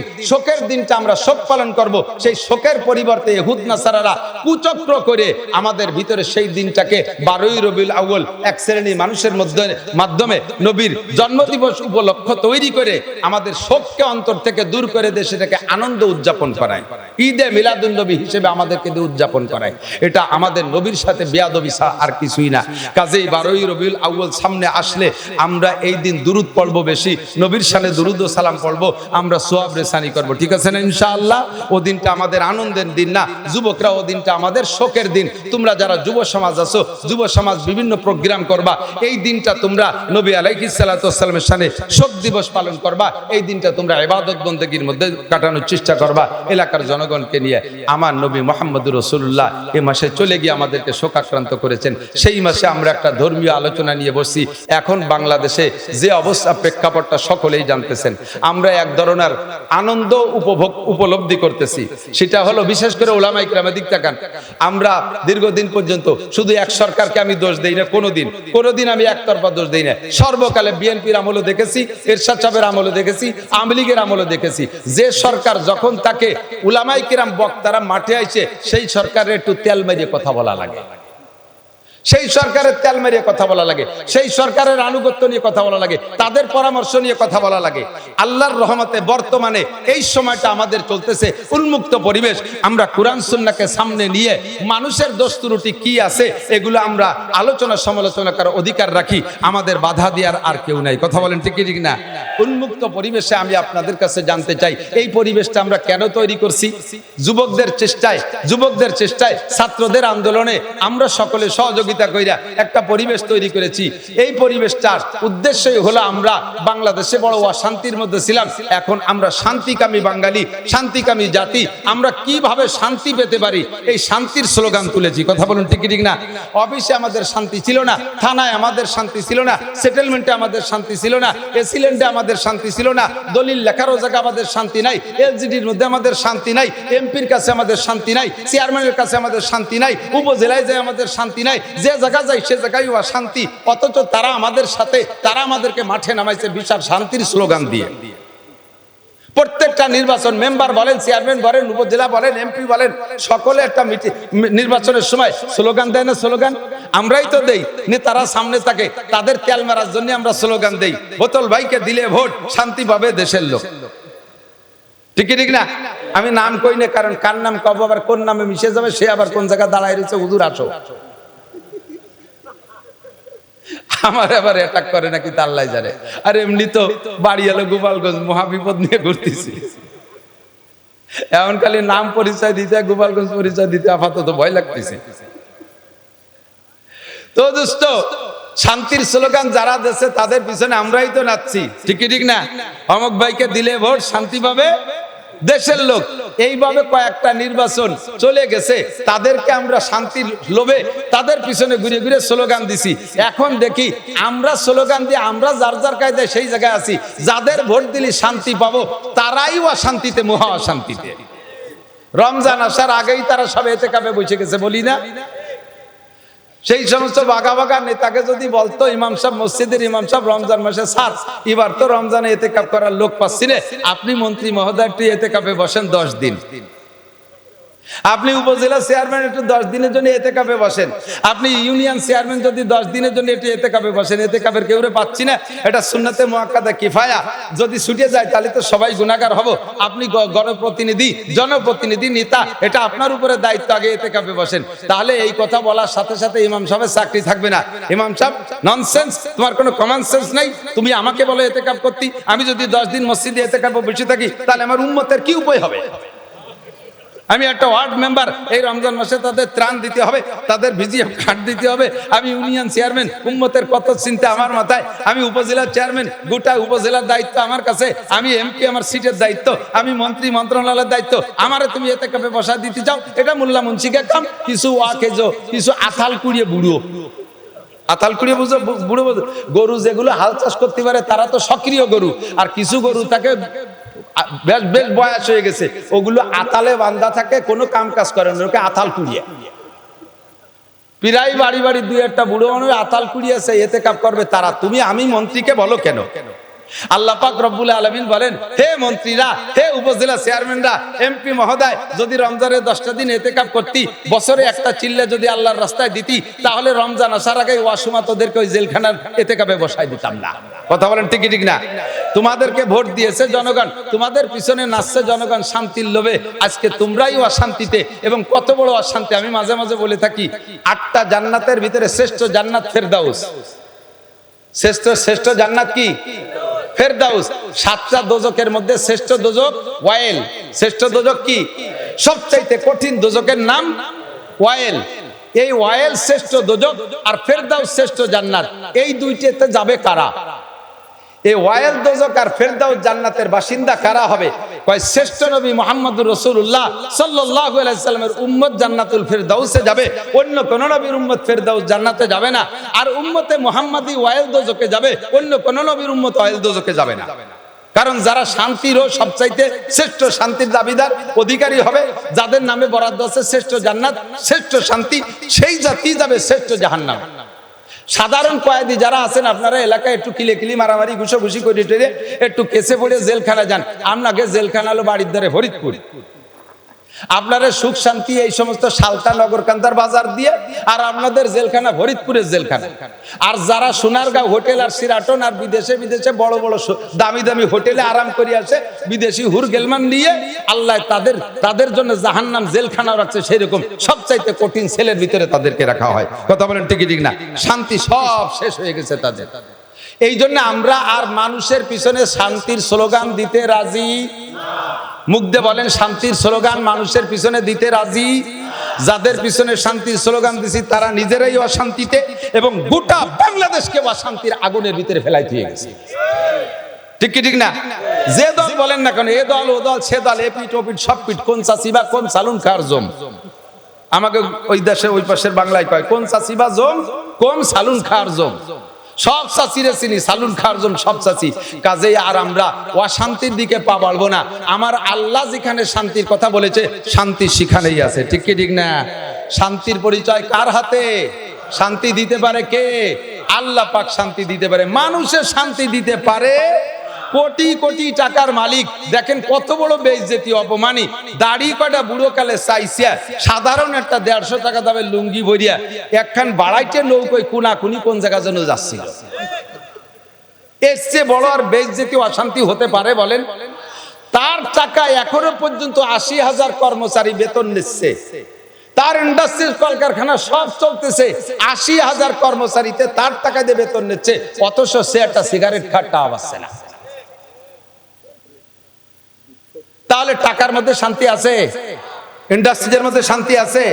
তার ইন্ডাস্ট্রিতে তৈরি হওয়া ঔষধ আমরা কিনে খাচ্ছি, অথচ সে একটা বড়ি পাচ্ছে না। কতক্ষণ? তাহলে ইন্ডাস্ট্রিজের মধ্যে শান্তি নাই। যুবক আমার দিক টাকা নড়াচড়া করিস না, ভালো করে বুঝে নে। বুড়োগুলো বুড়ো হয়ে গেছে, অত কইছি না আথাল কুড়ি হওয়া কাজে লাগে না। তোমরা যুব সমাজ তৈরি হও, তোমাদের আন্দোলনে বাংলাদেশকে আমরা আলাদা একটা সম্ভাবনা সামনে দেখতেছি। কাজেই যুবক অ্যালার্ট থাকবা, প্রত্যেকটা কথা তোমরা নেওয়ার চেষ্টা করবা। জীবনের প্রতিদিন স্লোগান দিবা না। মানব রচিত আদর্শের ভিতরে, মানব রচিত মতবাদের ভিতরে কখনো আসল আদর্শ হতে পারে না, শান্তি থাকতে পারে না। শান্তি যদি পাইতে হয় তাহলে 2টা মার্কায় ভোট। আমার সেই পুরনো আবার নতুন করে আমি শুরু করছি, শান্তি যদি পাইতে চাও 2টা মার্কায় ভোট দাও। মার্কা কয়টা? জোর হলো না? নৌকা, ধানের শীষ, লাঙ্গল, দাড়িপালা। ওর কোন মার্কার দাম নাই, সব মার্কা বাদ, আম্মা বাদ। ঠিক না? শান্তি যদি পাইতে চাও কোরআন মার্কায় ভোট দাও। স্লোগান দিতে পারবেন? শান্তি যদি পাইতে চাও, আরো জোরে যুবকরা গলা ফাটাও, শান্তি যদি পাইতে চাও।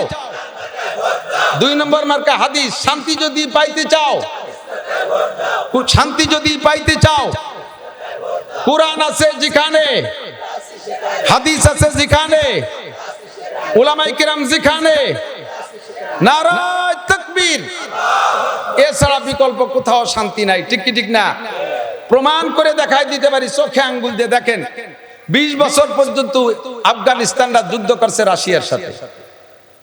রাশিয়াওয়ালারা মৌলবীকে কাছে, তালেবানকে কাছে মাইচার খাইয়ে গটি কম্বল গুছাই চলে গেছে। এদের যুদ্ধের কিচ্ছা বললে আপনি হাঁ করে রাতের পর রাত শুনবেন। যখন রাশিয়ার সাথে যুদ্ধ হয় সে সময় রেগুলার আমাদের কাছে নিউজ আসতো, বাঙালি অনেক মুজাহিদ সেখানে যুদ্ধ করতেন, আমাদের সাথীরা অনেকে যুদ্ধ করছে, তাদের কাছ থেকে রেগুলার আমরা খবর পাইতাম একজন মুজাহিদ অনলি ধরা পড়ছে। 1000 রুশ সেনা একটা ক্যাম্পে, সব অস্ত্র রাশিয়া আমেরিকা সারা পৃথিবীতে পরাশক্তির সৃষ্টি এরা। তো রাশিয়ার দামি দামি ট্যাঙ্ক, 60টে ট্যাঙ্ক লাইন ধরা একটা ক্যাম্পের অধীনে, কামানও আছে, অন্যান্য সব অস্ত্র আছে।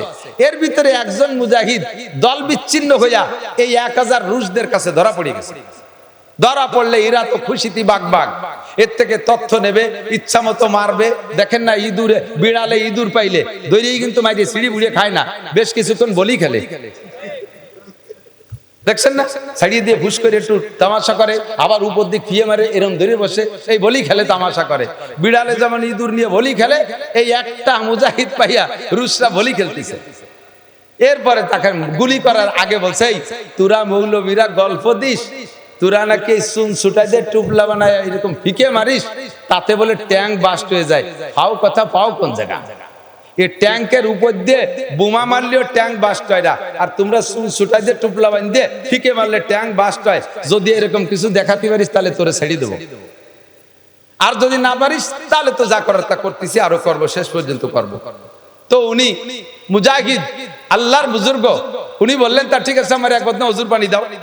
এক বদনা পানি দিয়েছে, ওযু বানাইছে, 2 রাকাত নামাজ পড়ার সুযোগ চাইছে, নামাজ পড়ছে, সিজদায় যাইয়া বলছে, আল্লাহ ইন কুতিলতু মিয়াতা মাররা ফালা ফামা উবালি, আমার যদি 100 বার হত্যা করা হয়, আবার 100 বার তুমি জীবিত করে দাও, আবার 100 বার তারা মারে, আমার কিচ্ছু আসে যায় না, আমি একটু অন্তর থেকে মেনে নেব।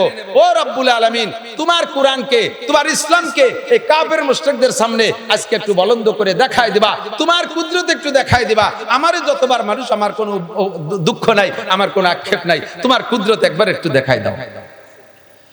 আল্লাহ পাক রব্বুল আলামিনের কাছে সিজদায় পড়ে কান্নাকাটি কইরা এরপরে উঠিয়া এক মুঠ বালু নেছে, এক মুঠ বালু নিয়ে বিশ্বনবী মুহাম্মদুর রাসূলুল্লাহ সাল্লাল্লাহু আলাইহি সাল্লাম হিজরতের রাত্রে নিশ্চিদ্র পাহারা কাফেররা একজনের হাতের সাথে একজনের হাত ধরে ধরে দাঁড়িয়ে আছে।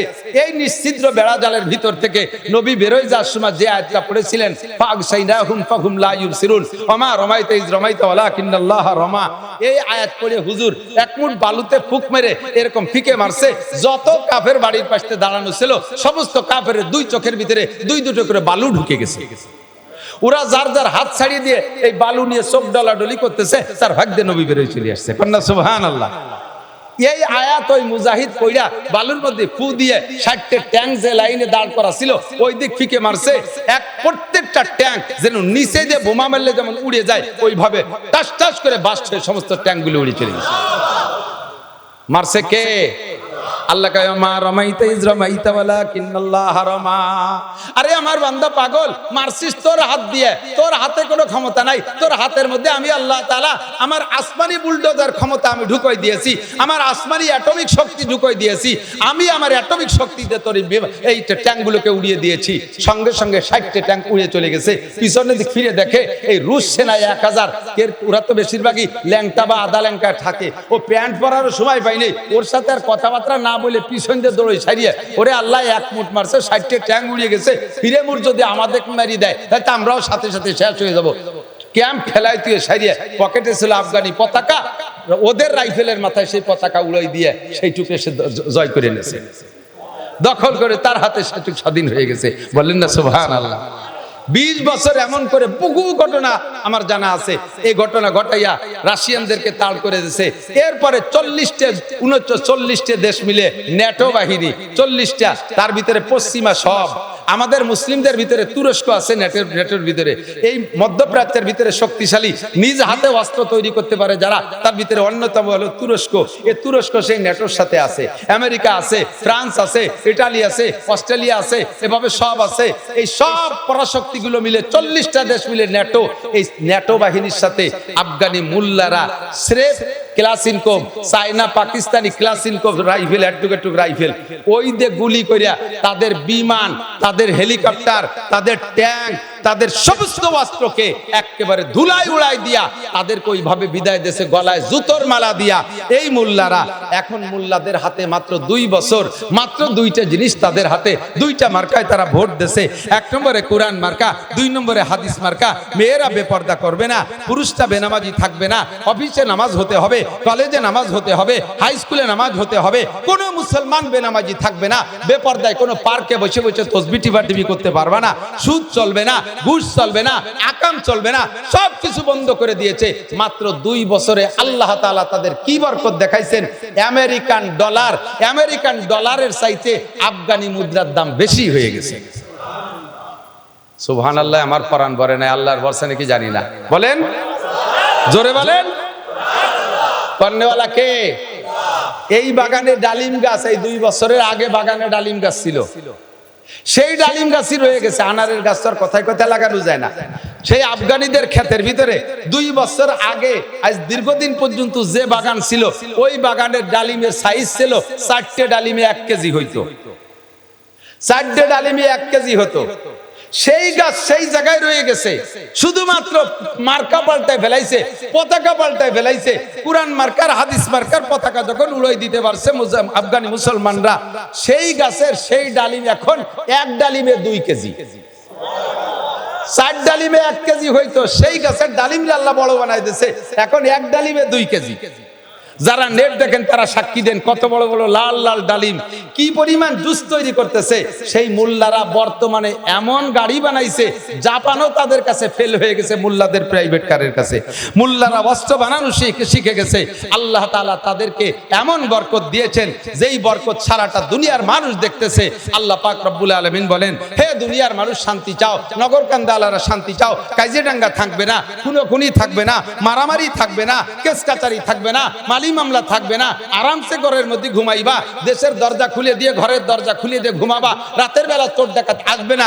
আল্লাহ পাক ওয়াদা করেছেন, লা ফাতাহনা আলাইহিম বারাকাতিম মিনাস সামাই ওয়াল আরদ, আসমান থেকে রহমত, জমিন থেকে বরকত। আসমান থেকে রহমত, একটু বলেন, আসমান থেকে রহমত, জমিন থেকে বরকত দেনেওয়ালা কে? আল্লাহ ওয়াদা করছেন, লা ফাতাহনা, লামে তাকিদ, অবশ্যই আমি খুলে দেব। আসমানের থেকে রহমতের দরজা, জমিন থেকে বরকতের দরজা আমি খুলে দেব।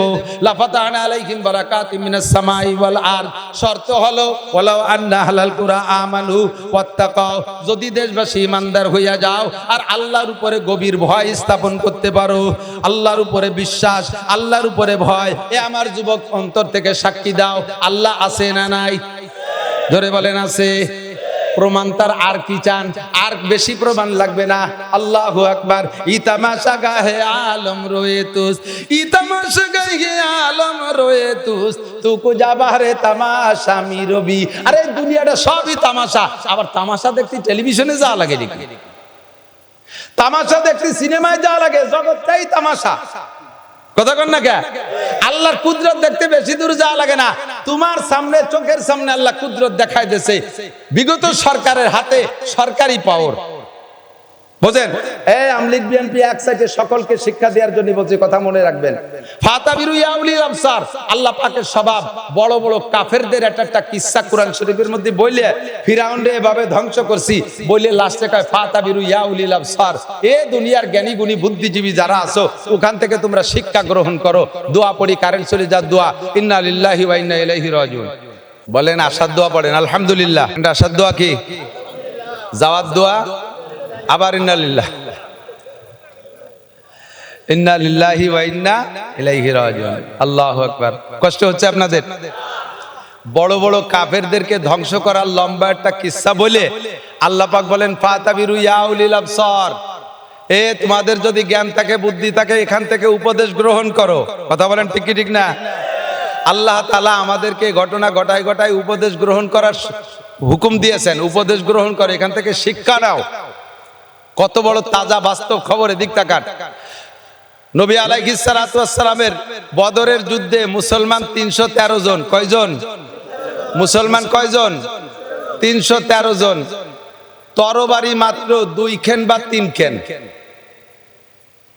ঘোড়া 2টা, ঘোড়া 2টা বা 3টা, উট 2টা, মানুষ 313 জন। বদর মদিনার থেকে বেশ দূরে, সেই জায়গা পর্যন্ত গেছে পায়ে হেঁটে। এই ঘোড়ার উটের উপরে শুধু জরুরি সামান নেছে। তরবারি প্রত্যেকের কাছে একখান না, তরবারি প্রত্যেকের কাছে একখান না, টোটাল বাহিনী মিলে 2-3 খান তরবারি। এই নিয়ে লড়তে গেছে কাদের সাথে? আবু জাহেলের বাহিনীর সাথে। 1000 সৈনিক এবং বাছাই করা, সে হলো সৌদি আরবের গভর্নর। মুসলমানদের সাথে লড়তে আসতেছে, বেজায় সেনাবাহিনীর ভিতরে একেবারে বাছাই করা সৈন্য, শক্তিশালী যেগুলো, তাই নিয়ে আসছে। প্রত্যেকের হাতে তৎকালীন সর্বশ্রেষ্ঠ শক্তিশালী শক্ত তরবারি। প্রত্যেকের পাছার নিচে এক একটা করে ঘোড়া, মাল বহন করার জন্য উট আলাদা, এইভাবে এসে লড়তে আসছে। বেশিক্ষণ টিকতে পারে নাই, 2-5 দিন 10 দিনও না, মাত্র একদিনের কিছুক্ষণ টাইমের ভিতরে 313 জন মুসলমানের 3খান তরবারির সামনে তারা ধরাশায়ী হইয়া একেবারে 70 জন জায়গায় জাহান্নামী, 70 জন অ্যারেস্ট হয়ে গেছে, বাকিরা পলাই চলে গেছে, সমস্ত মাল ফেলাই দিয়ে গেছে, পরনের কাপড়টা পর্যন্ত পরে যেতে পারে নাই। ফাতাবিরু ইয়া উলিল আবসার, এ কাম করতে পারে কে?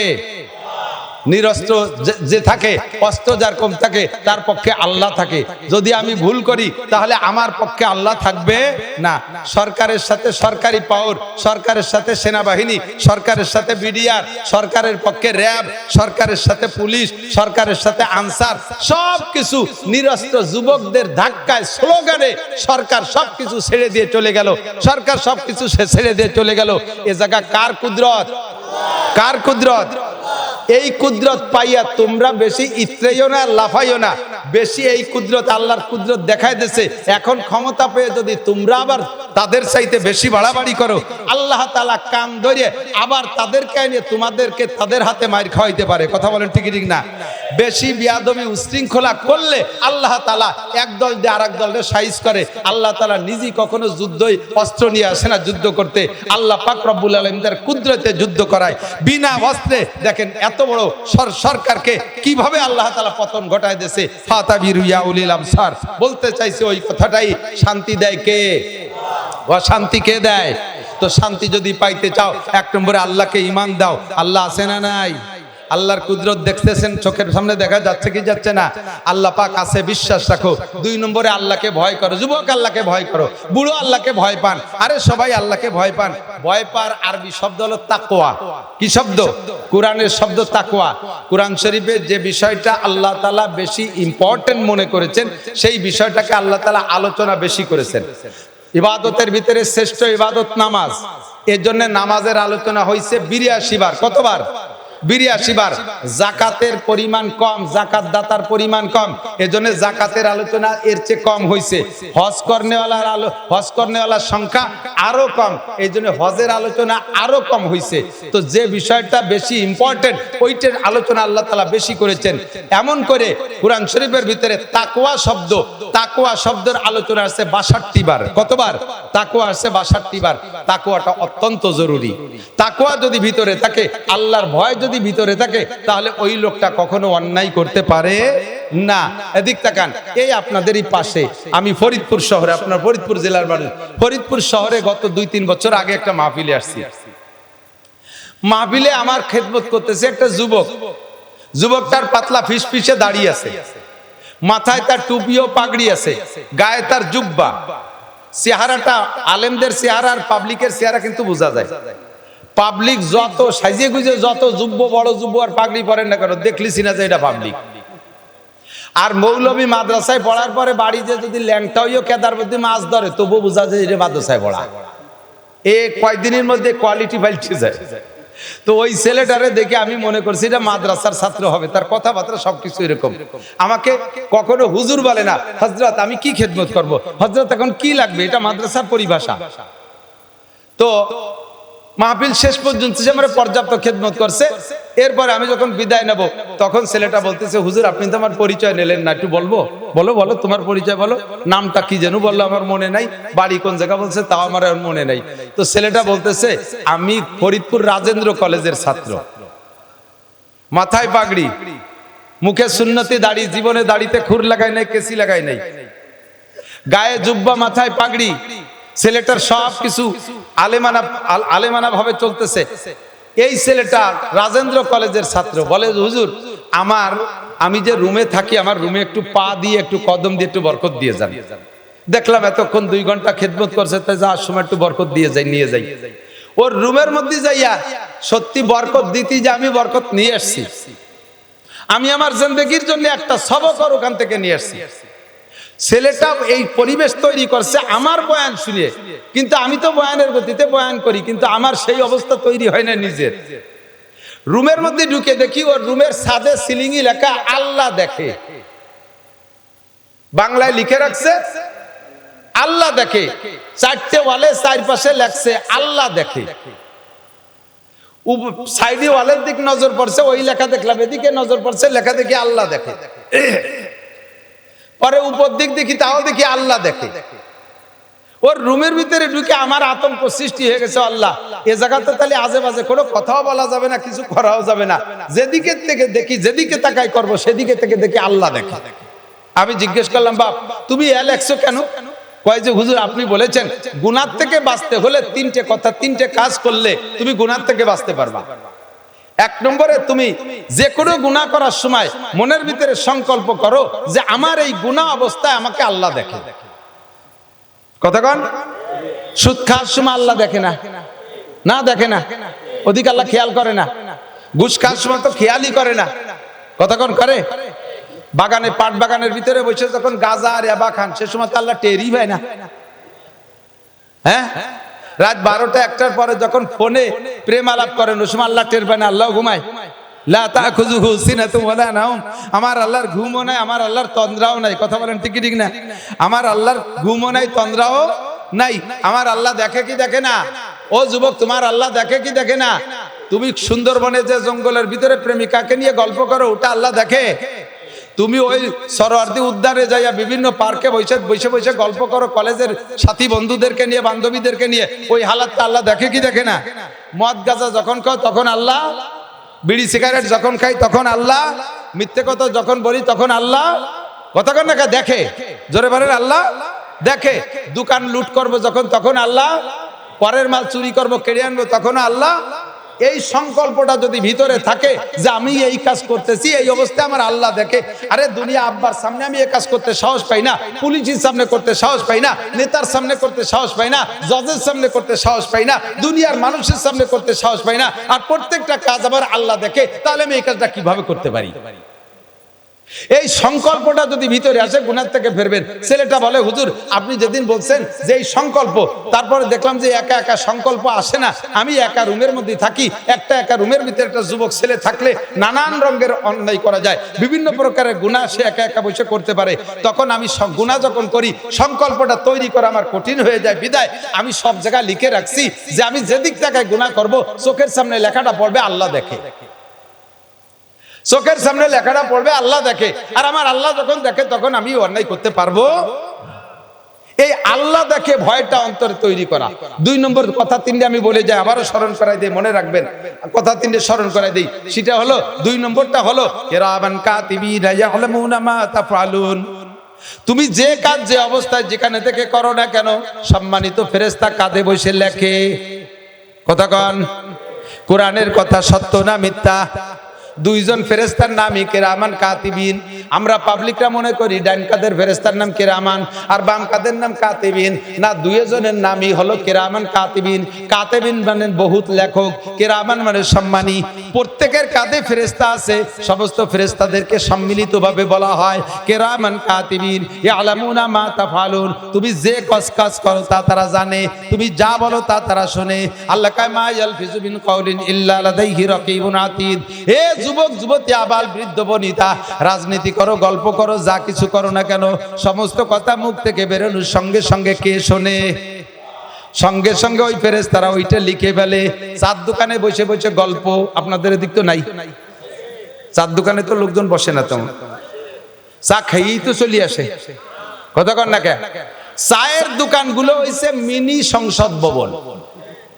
ওখানে বসে যা আলোচনা করে সেই অনুযায়ী, একদিন শেখ হাসিনা দেশ চালাইছে, এর আগে খালেদা চালাইছে, এখনো এখান থেকে যা বুদ্ধি দেবেন তাই দিয়ে ইউনুস কাকা দেশ চালাবে। তাই নাকি? তোমার এই ভাও কথা পদ্মা পার হয়ে উবার যায় না। ঘন্টার পর ঘন্টা যত ভাও কথা, আজে বাজে কথা, সাথে সাথে কইতে কইতে কইতে কইতে গিবাত শিকায়তের মধ্যে চলে যায়। আছে না গিবাত? আরে মিয়া, টের পাচ্ছেন না, শুনতে শুনতে কান তেলছা হয়ে গেছে বলে লক্ষ্য করে শুনতেছেন না। আবার একটু মন থেকে একটু শোনেন গিবাত সম্পর্কে। গিবাত হলো, গিবাত কাকে বলে?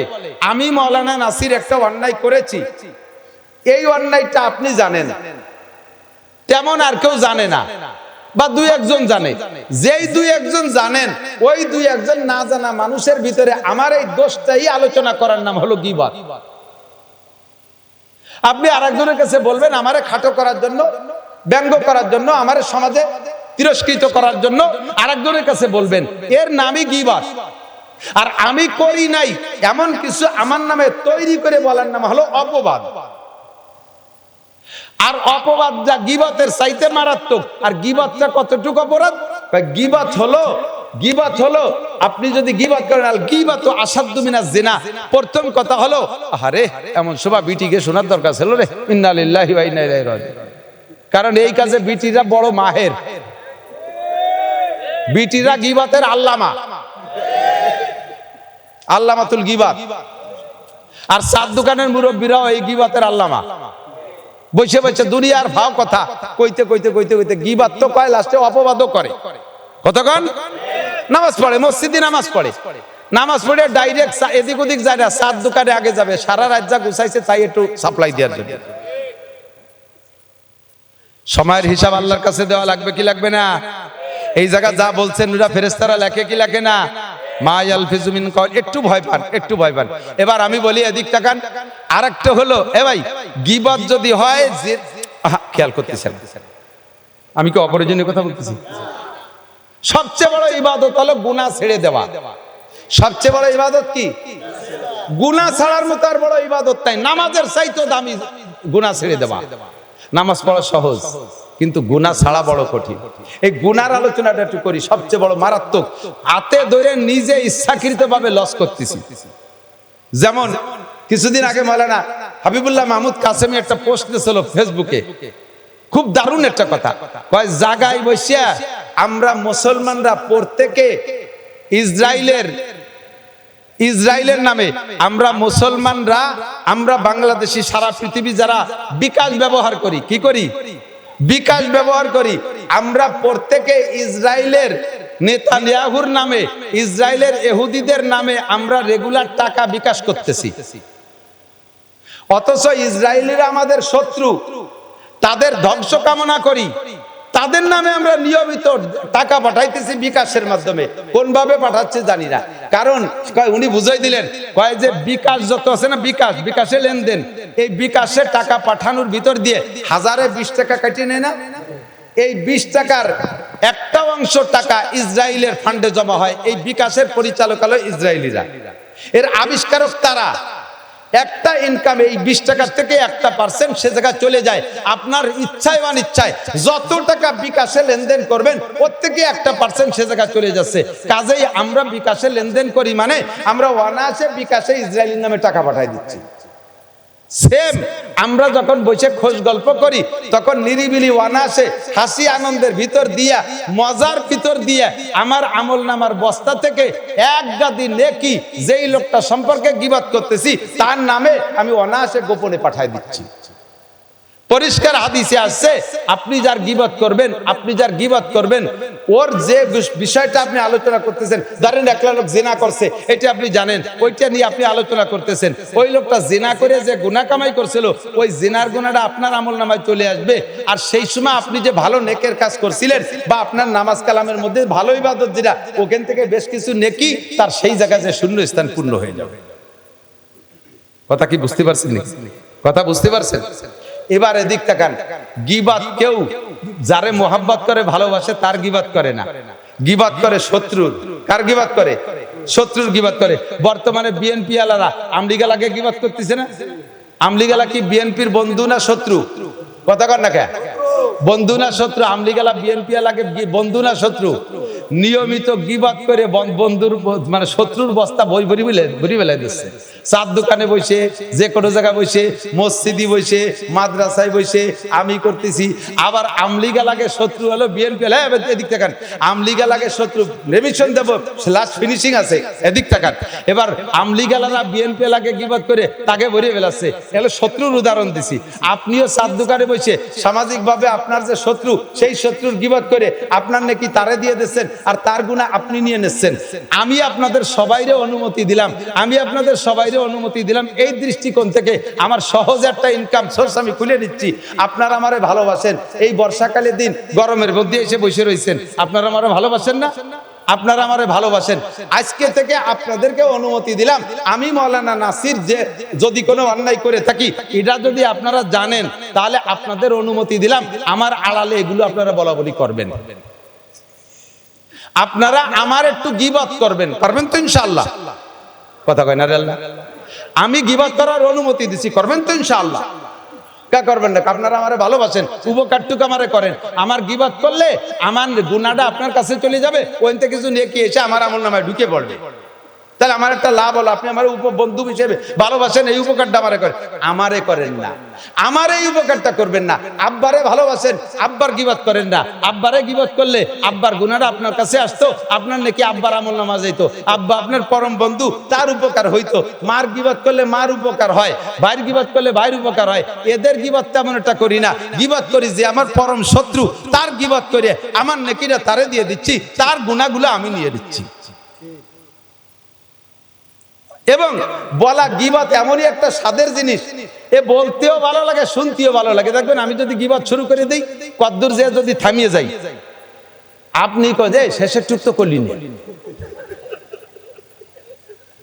তারপরে কি হলো তাতে করলি না, এবার কয় তাহলে গীবত করবো না। হ্যাঁ, গীবত করা জায়েজ কার কার বলে দেই। এবং কোন কোন জায়গা গীবত করা ফরজ। জালেম শাসক, জালেম শাসক, ইসলাম বিদ্বেষী শাসক, ধর্মদ্রোহী শাসক যদি হয়, এই শাসকের এগেনস্টে জাতিকে অ্যালার্ট করার জন্য, সতর্ক করার জন্য, তার খপ্পরে না পড়ার জন্য এবং তার থেকে বিমুখ হইয়া ন্যায় নীতিবান দিনদার শাসকের তামান্নায় আশায় এই জালেম শাসকের সে গীবত করা জায়েজ, বরঞ্চ এই মুহূর্তে গীবত করা জরুরি। এমন কোন ধর্মদ্রোহী আসছে, নাম করছে পীরের, অথচ হাজার হাজার মানুষকে এই পীরের নাম দিয়ে ধ্বংস করে দিচ্ছে। মাজার বানাইয়া পুজো করাচ্ছে, সেবা দেওয়াচ্ছে, সেখানে বেদাতি কারবার করতেছে। এরে হাজারো বুঝাই আমরা লাইনে আনতে পারতেছি না। এই মুহূর্তে এই জাতীয় ভণ্ড পীরের আলোচনা করে ভণ্ড পীরের দোষগুলো উম্মতকে জানাই দিয়া উম্মতকে সেখান থেকে ফিরে রাখা, এই জায়গা বিদাত, এই জায়গা গীবত করা ফরজ। ওর থেকে জাতিকে হেফাজত, ঈমান বাঁচানোর জন্য ওর গীবত করা ফরজ, এই সব জায়গা গীবত করা ফরজ। শয়তানের গীবত করা ফরজ, যাতে মানুষের সতর্কতাকে শয়তানির মধ্যে না পড়ে। হ্যাঁ, আপনি অন্যায় করছেন, আপনি অন্যায় করছেন, আপনারে আমি বলে পারতেছি না। এই জায়গা আপনাকে শাসন করার জন্য যাকে বললে আপনি শাসন হবেন, ওই জায়গা আপনার দোষটা বলা, এটা গীবত না, এটা হলো তাকে সংশোধন করার জন্য। তবে এটা সার্কুলার না দেওয়া যাতে লোকটা অপমানিত হয়। ফাঁকে আর একটা কথা মনে রাখেন, আপনি যার গীবত করছেন, আপনি যার গীবত করতেছেন, সে যে গুনাহটা করছে, ওই গুনাহ করার কারণে আপনি তার গীবত করতেছেন। এবার লোকটা যদি তওবা করে ফেলে, লোকটা যদি গুনাহ থেকে, যে গুনার গীবত আপনি করতেছেন, ওই লোকটা যদি আড়ালে তওবা করে ফেলে, আল্লাহ যদি তার তওবা কবুল করে ফেলে, তাহলে এরপরে আপনি তার সম্পর্কে গীবত করে যাচ্ছেন। আপনি মনে রাখবেন পরিষ্কার সহিহ হাদিসের কথা, যতদিন পর্যন্ত আপনার মরণের আগ পর্যন্ত আল্লাহ তাআলা আপনাকে দিয়ে ওই গুনাহ করাইয়া, ওর চাইতে বেশি অপমান করাইয়া তারপরে আপনাকে দুনিয়ার থেকে নেবে। ফাতাবিরু ইয়া উলিল আবসার, সাবধান, সতর্ক দোস্ত। সময়টা নষ্ট করে ফেলতেছি ঘন্টার পর ঘন্টা। আল্লাহর ভয় যদি অন্তরে থাকতো, তাহলে আমি সময় অপচয় করতাম না, আমি নামাজ ছাড়তে পারতাম না, রোজা ছাড়তে পারতাম না। আল্লাহর ভয় অন্তরে নাই বিদায় দাড়ি কাটি, আল্লাহর ভয় অন্তরে নাই বিদায় আমি সুদ খাই, আল্লাহর ভয় অন্তরে নাই বিদায় আমি ঘুষ খাই, আল্লাহর ভয় অন্তরে নাই বিদায় আমি পরের মাথায় বাড়ি মারি, আমি পরের মাল ডাকাতি করে ছিনতাই করে নিয়ে আসি, পরের দোকান পাট লুটে নিয়ে আসি, পরের ক্ষেতের ফসল নিয়ে আসি, জায়গা জমি দখল করি, জিনা করি, ব্যভিচার করি। সব কিছুর মূলে হলো, একমাত্র মূল হলো তাকওয়া না থাকা, খোদার ভয় অন্তরে না থাকা। আল্লাহ পাক রব্বুল আলামিন বলেন, দুনিয়ায় যদি শান্তি পাইতে চাও, মার্কা দুইটা বেছে নাও। 1 নম্বরে কোরআন মার্কায় ভোট দাও, 2 নম্বরে হাদিস মার্কায় ভোট দাও। মূল নীতি দুইটা, 1 নম্বরে আল্লাহকে বিশ্বাস করো, 2 নম্বরে আল্লাহকে ভয় করো। আল্লাহকে লাফাতাহনা আলাইহিম বারাকাতিম মিনাস সামাই ওয়াল আরদ, আসমান আর জমিন থেকে শান্তি আর রহমত আর বরকতের সব দরজা তোমাদের জন্য খুলে দেব। হাজার হাজার প্রমাণ। কালেকশন মানুষ দেখলি খালি টাল। সে 4 মাস আগে আমার ওয়াজের দাঁত দিয়েছে, বাড়ি বাড়ি থেকে সুইসে নিয়ে আসবে কালেকশন।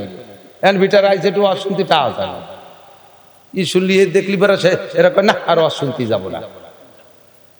1 টাকাও কেউ দেবেন না, থাক 1000 করে দিয়েছে, 1 টাকা নেওয়া হবে না। আল্লাহু আকবার। নবী আলাইহিস সালাম পরামর্শ দিচ্ছেন শান্তির জন্য। এদিক তাকান, আল্লাহর পরামর্শ, আল্লাহর হুকুম আর নবীর পরামর্শ, এই দুইটার মধ্যে শান্তি না? আল্লাহ দাবি করছেন কয়টা? দুইটা, ঈমান আর তাকওয়া। এ ভাই, আল্লাহ আছে না নাই? আল্লাহ আছে। আল্লাহর ভয় অন্তরে আছে। আল্লাহর ভয় যদি থাকে তাহলে আপনি অন্যায় করতে পারবেন না, নামাজ ছাড়তে পারবেন না। একজন আমার কয়, হুজুর আল্লাহর প্রতি গভীর বিশ্বাস, আল্লাহ ছাড়া কোনো মাবুদ নাই, রেহাই নাই হুজুর, এত বিশ্বাস আমার অন্তরে, যা আপনার ওই পরিমাণ বিশ্বাস না, কিন্তু হজরের নামাজ পড়তে পারি না যে। আমি কইলাম, মিয়া ভাই, আল্লাহর ভয় আর বিশ্বাস যদি থাকতো তাহলে তুমি ফজরে ঘুমোই থাকতে পারতে না। তুমি মার্ডার কেসের আসামি, তোমার কানে খবর আছে যে রাত 4টের দিক পুলিশ আসতে পারে, তুমি কি ওই সময় আরামে ঘরে ঘুমাই থাকবা? ঘুমাইয়া? তুমি রাত 3টের আগেই ঘরের থেকে উঠে যে কোনো দিক পালাবা, মসজিদে গেলে পুলিশ ধরে না, সেই জায়গায় যে তুমি বসে থাকবা।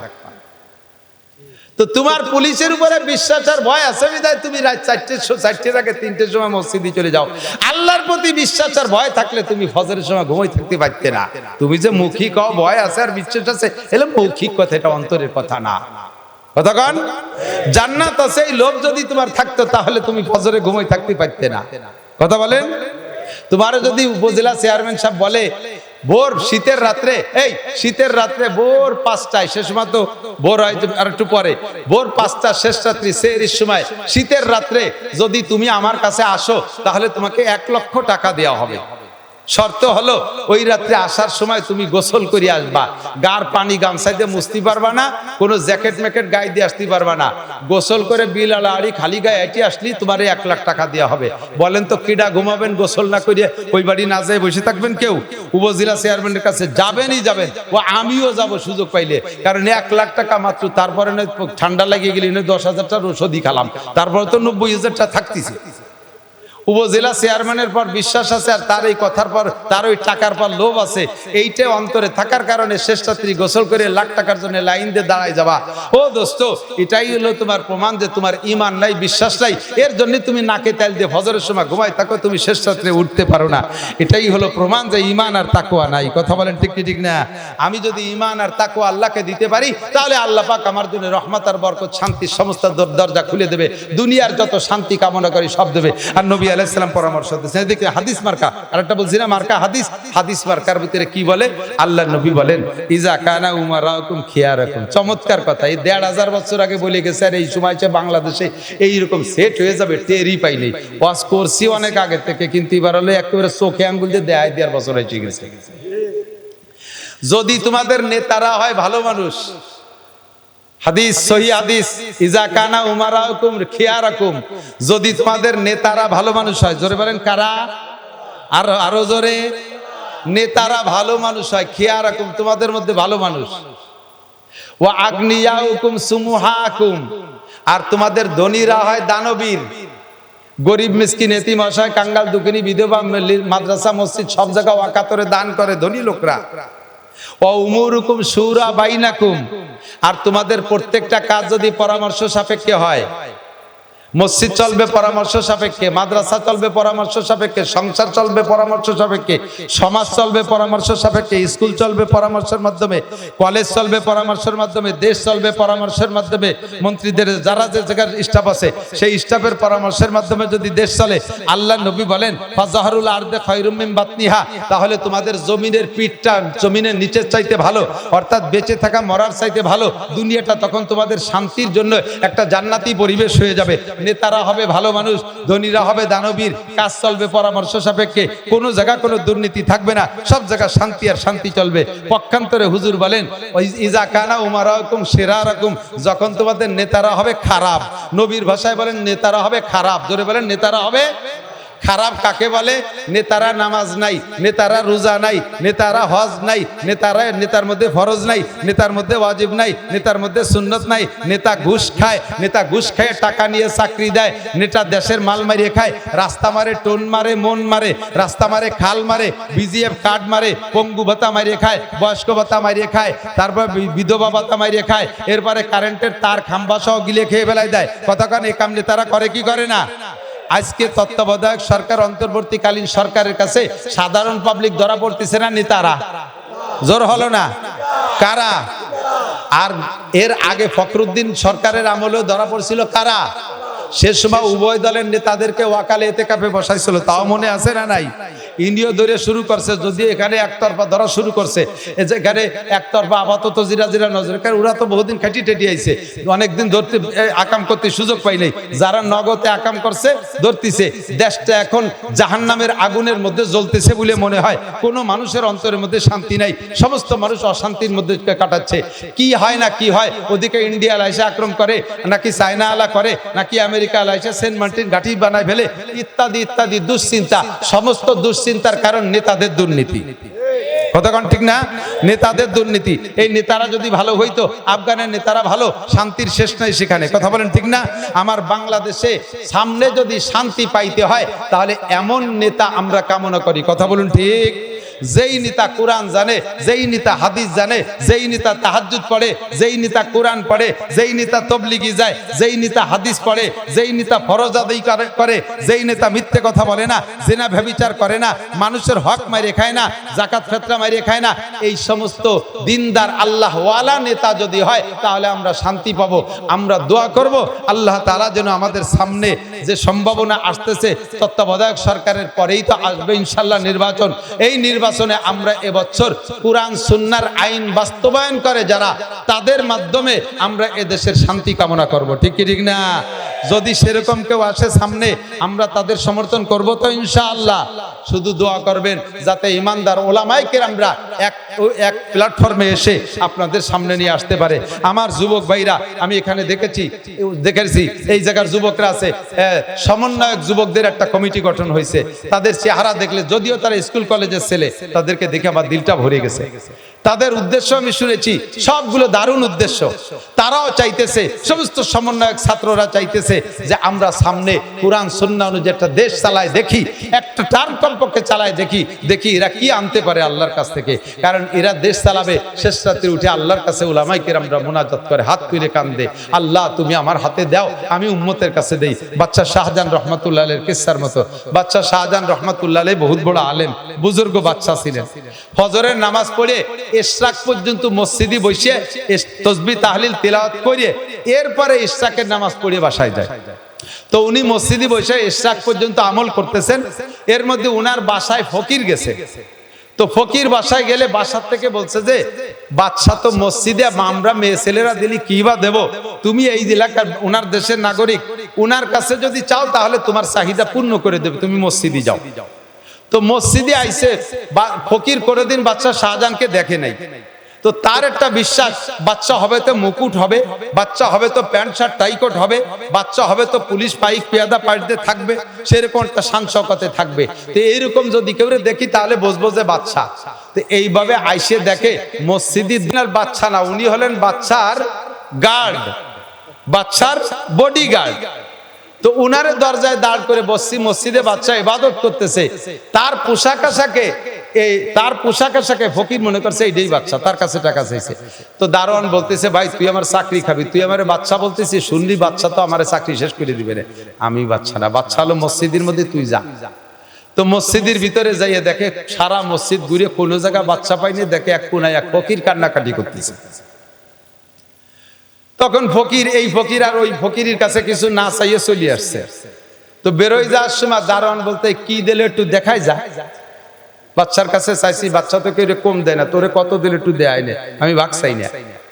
তখন ফকির ওই দারোয়ান কয়, বেয়াদবি মোটে করবি না, বদমাশ মিথ্যেবাদী, এই মসজিদে বাচ্চা আসে কোন জায়গা থেকে, আমার চাইতে এক ফকির এক কোনায় বসে কান্নাকাটি করে দিচ্ছে, তুই আমার ধোঁকা দিচ্ছিস, বদমাশ। ধমক দিলি। দারোয়ান কাছে, তুই জীবনে বাচ্চা শাহজাহানটা দেখছিস? কয় না, বাচ্চারে তো দেখি নেই বলে তো চিনি নেই। কয় যে ওইটাই বাচ্চা শাহজাহান, যা আবার যা, খালি এতে চলে যাচ্ছে। তো এবার যাই দেখে বাচ্চা শাহজাহান মোনাজাত করতেছে, আল্লাহর কাছে কাঁদতেছে। ও দূরের থেকে হাত পাততে পেতে গেছে, বাচ্চা নামদার আমার একটা টাকা দেন, আমার একটা পয়সা দেন। কাছে যে যখন দেখে যে বাচ্চা শাহজাহান মোনাজাত করতেছে, তখন ফকির হাত গুটাইয়া হাত ছাড়িয়ে দিয়ে আবার বেরোয় চলে যাচ্ছে। আবার দারোয়ান কয়, কি দিলে দেখাই গেলি না? তুমি তো কথাই কবি না। ফকিরের কাছে, ফকিরি কি পাবে রে? এই কইতে কইতে বাদশা শাহজাহান মোনাজাত সংক্ষেপ করে বের হয়ে এসে বলতেছে, হে ফকির, তুমি আমার কাছে চাইলে না নিয়ে চলে যাচ্ছ, কিয়ামতে আল্লাহর কাছে অভিযোগ করবা, তুমি কিছু নিয়ে যাও। তো ওনার কথায় একটু মন নরম হয়েছে, কিন্তু আস্থা হচ্ছে না যে উনি তো আমার চাইতে গরিব দিয়ে আসলাম। তাই সে বলতেছে যে কাছে আসছে, আসার পরে বলতে, তুমি আমার কাছে চাইলে আবার না নিয়ে চলে যাচ্ছ কেন? কয় যে চাইছি, তো লোক বললো যে আপনি বাচ্চা তাই মনে করেছে, কিন্তু চাইছি, কিন্তু চাইয়ে দেখি যে আপনি আমার চাইতেও গরিব। আমি তো একটা পয়সা দিনে এক হাত পাচ্ছি, আপনি আবার তো গেড়িও বুঝতেছে, হাত পাইতে বসে রয়েছেন কার কাছে, দুই হাত পাইতে বসে রয়েছেন। আপনি তো আমার চাইতে অভাবী, তো যে লোকটা দুই হাত পাতা ফকির, সে এক হাত পাতা হইলে কি দেবে? এই জন্যই তাড়াতাড়ি আমার জান ইমান বাসায় আমি সাইডে চলে যাচ্ছি। তো বাদশা শাহজাহান বলতেছেন, আমি তোর সে গরিব, কথা সত্য, সত্যি আমি বাদশা শাহজাহান, এবং আমি তোর সে গরিব, আমার কোনো সম্পদ নাই, আমার নিজস্ব কিছুই নাই।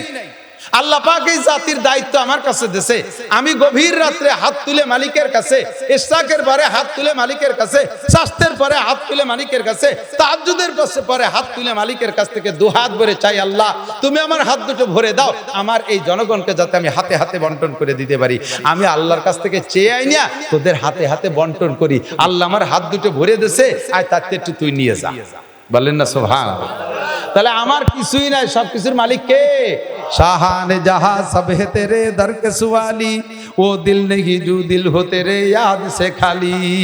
দুনিয়ার যত রাজা বাদশা, তার নিজস্ব কোনো সম্পদ নাই, নিজস্ব কোনো সম্পদ নাই, সব সম্পদের মালিক কে? ওই মালিকের কাছ থেকে চাইয়ে এনে দিতে পারে যেই রাজা, আমরা তারে ভোট দেব। কথা কোন ঠিক না?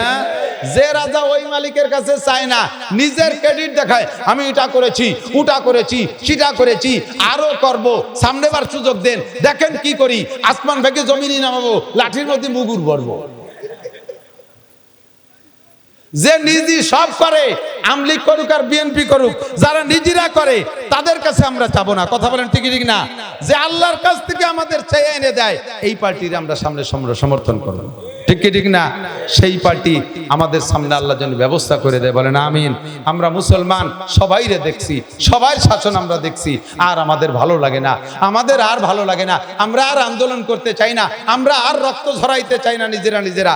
আমরা মালিকের কাছ থেকে চেয়ে এনে দেয় যে ইজা কানা উমারাকুম, ওমরের মতো খলিফা চাই, আবু বকরের মতো খলিফা চাই, উসমানের মতো খলিফা চাই, যে বাড়ি বাড়ি যাইয়া আগায় দিয়ে আসে। কথা বলেন ঠিক না? বাড়ি যাইয়া আগায় দিয়ে আসে, আমাদেরটা জায়গায় বসে বেশাল পাইতে শুষিয়ে না খায়। বিভিন্ন জায়গা জাল পাইতে থুইছে, ওখান থেকে দিয়ে যাও, ওখান থেকে দিয়ে যাও, ওখান থেকে দিয়ে যাও। খাইছো, খাও, এখন কোরআন বলি খাও। যে দলেরই হও, এরকম খানেওয়ালা যারা হবা, টিকবা না ইনশাআল্লাহ। আল্লাহ পাক বলেন, সানাস্তাদরিজুহুম মিন হাইসু লা ইয়ালামুন, কোন দিক দিয়ে মার দেব টেরও পাবি না। অস্ত্র তোর কাছে আছে, বিনা অস্ত্র আল্লাহর দিয়ে তোরে শোয়াই ফেলাই দেবো আমি আল্লাহ তাআলা। এই ক্ষমতা আল্লাহর আছে না নাই? কোন দিক দিয়ে মারবো টের পাবি না। সকলে সতর্ক হও, আমলিগের পরাজয় পতন দেখে বেশি ইতরেও না। যারা আছো প্রত্যেকে শিক্ষা নাও এখান থেকে। এত বড় লম্বা টাইম এভাবে শাসন করার পরে তার যদি এমন পতন ঘটতে পারে, আর যে কেউকে আল্লাহ তাআলা মুহূর্তের ভিতরে বিনা অস্ত্রে ধুলাই দিতে পারে কি পারে না? ও যুবক, লুটতারাজ করো না।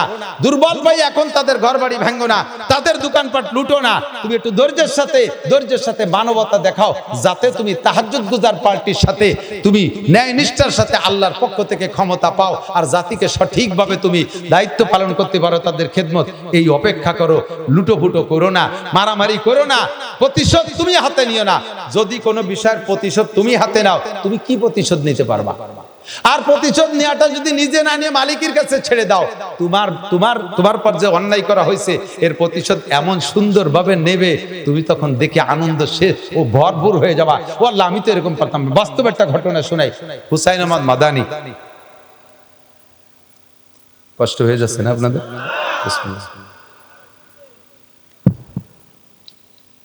হুসাইন আহমদ মাদানী সদর শাহ হুজুরের উস্তাদ, আহমদ শফি শাহ হুজুরের উস্তাদ, বাংলাদেশের এরকম বড় বড় অনেকের উস্তাদ।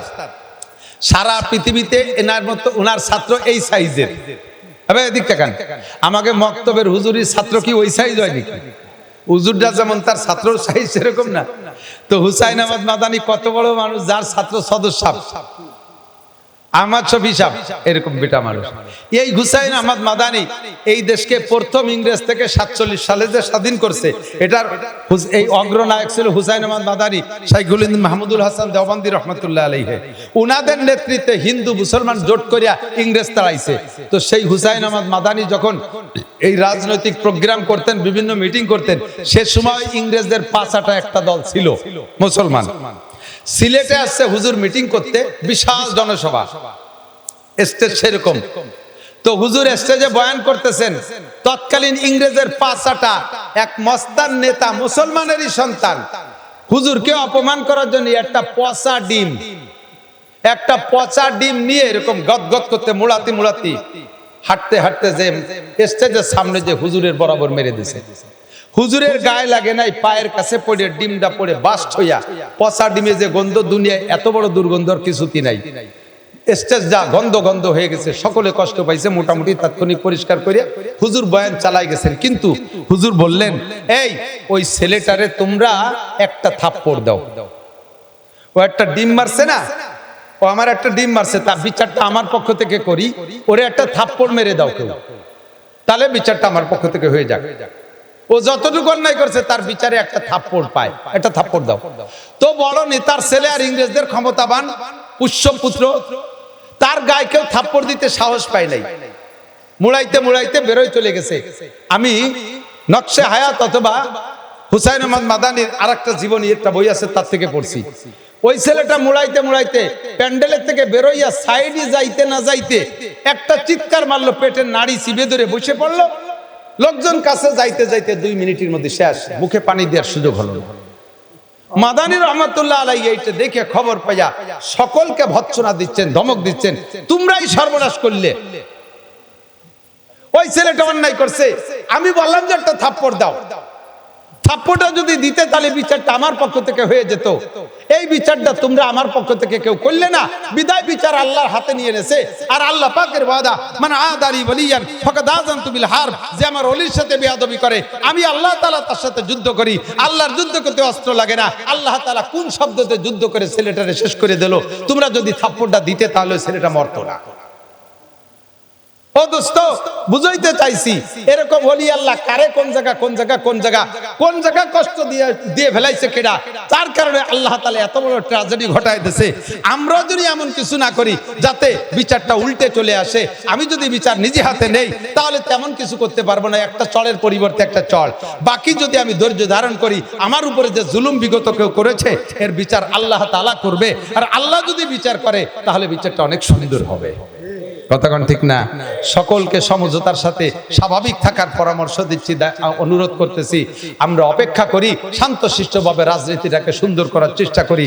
আমরা নেক রাজা এবং নেক নেতা, আল্লাহ রসুল যা বলেছে, যা কানা উমারাকুম খিয়ারাকুম, নেতারা যদি ভালো হয়, 2 নম্বরে আগনিয়াকুম সুমহাকুম, সমাজের ধনীরা যদি হয় দানবীর, তারা যদি মসজিদ মাদ্রাসা এতিমখানা মাদ্রাসাগুলোর দিকে খেয়াল রাখে, মৌসুমি ফসলের থেকে যদি কিছু দিয়ে মাদ্রাসাগুলোকে উঠে নেয়, গরিবদেরকে খেয়াল রাখে, ও উমুরুকুম শুরা বাইনাকুম, আর তোমাদের সব কাজ যদি হয় পরামর্শ সাপেক্ষে, তাহলে দুনিয়াটা হবে শান্তিময়। পক্ষান্তরে ইজা কানা উমারাকুম শিরারাকুম, নেতারা যদি হয় খারাপ, ওয়া আগনিয়াকুম বুখালাকুম, ধনীরা যদি হয় কৃপণ, ও উমুরুকুম ইলা নিসাইকুম, আর সংসার থেকে সংসদ পর্যন্ত মাতুব্বাড়ি যদি সব বউ গিয়াতে চলে যায়। আপনার এই জায়গা যদি কই যে চাচা এক মন পিএস দিয়ে যান, আপনার ছেলের শুরু হয়ে গেছে, ওরে আল্লাহ, এলে পিএস দিয়ে বাড়ি গেলি আর নানটুর বাতাবার বাড়ি উঠতে দেবে না। আপনি নানটুরমার কাছে ভক্ত হয়ে গেছেন।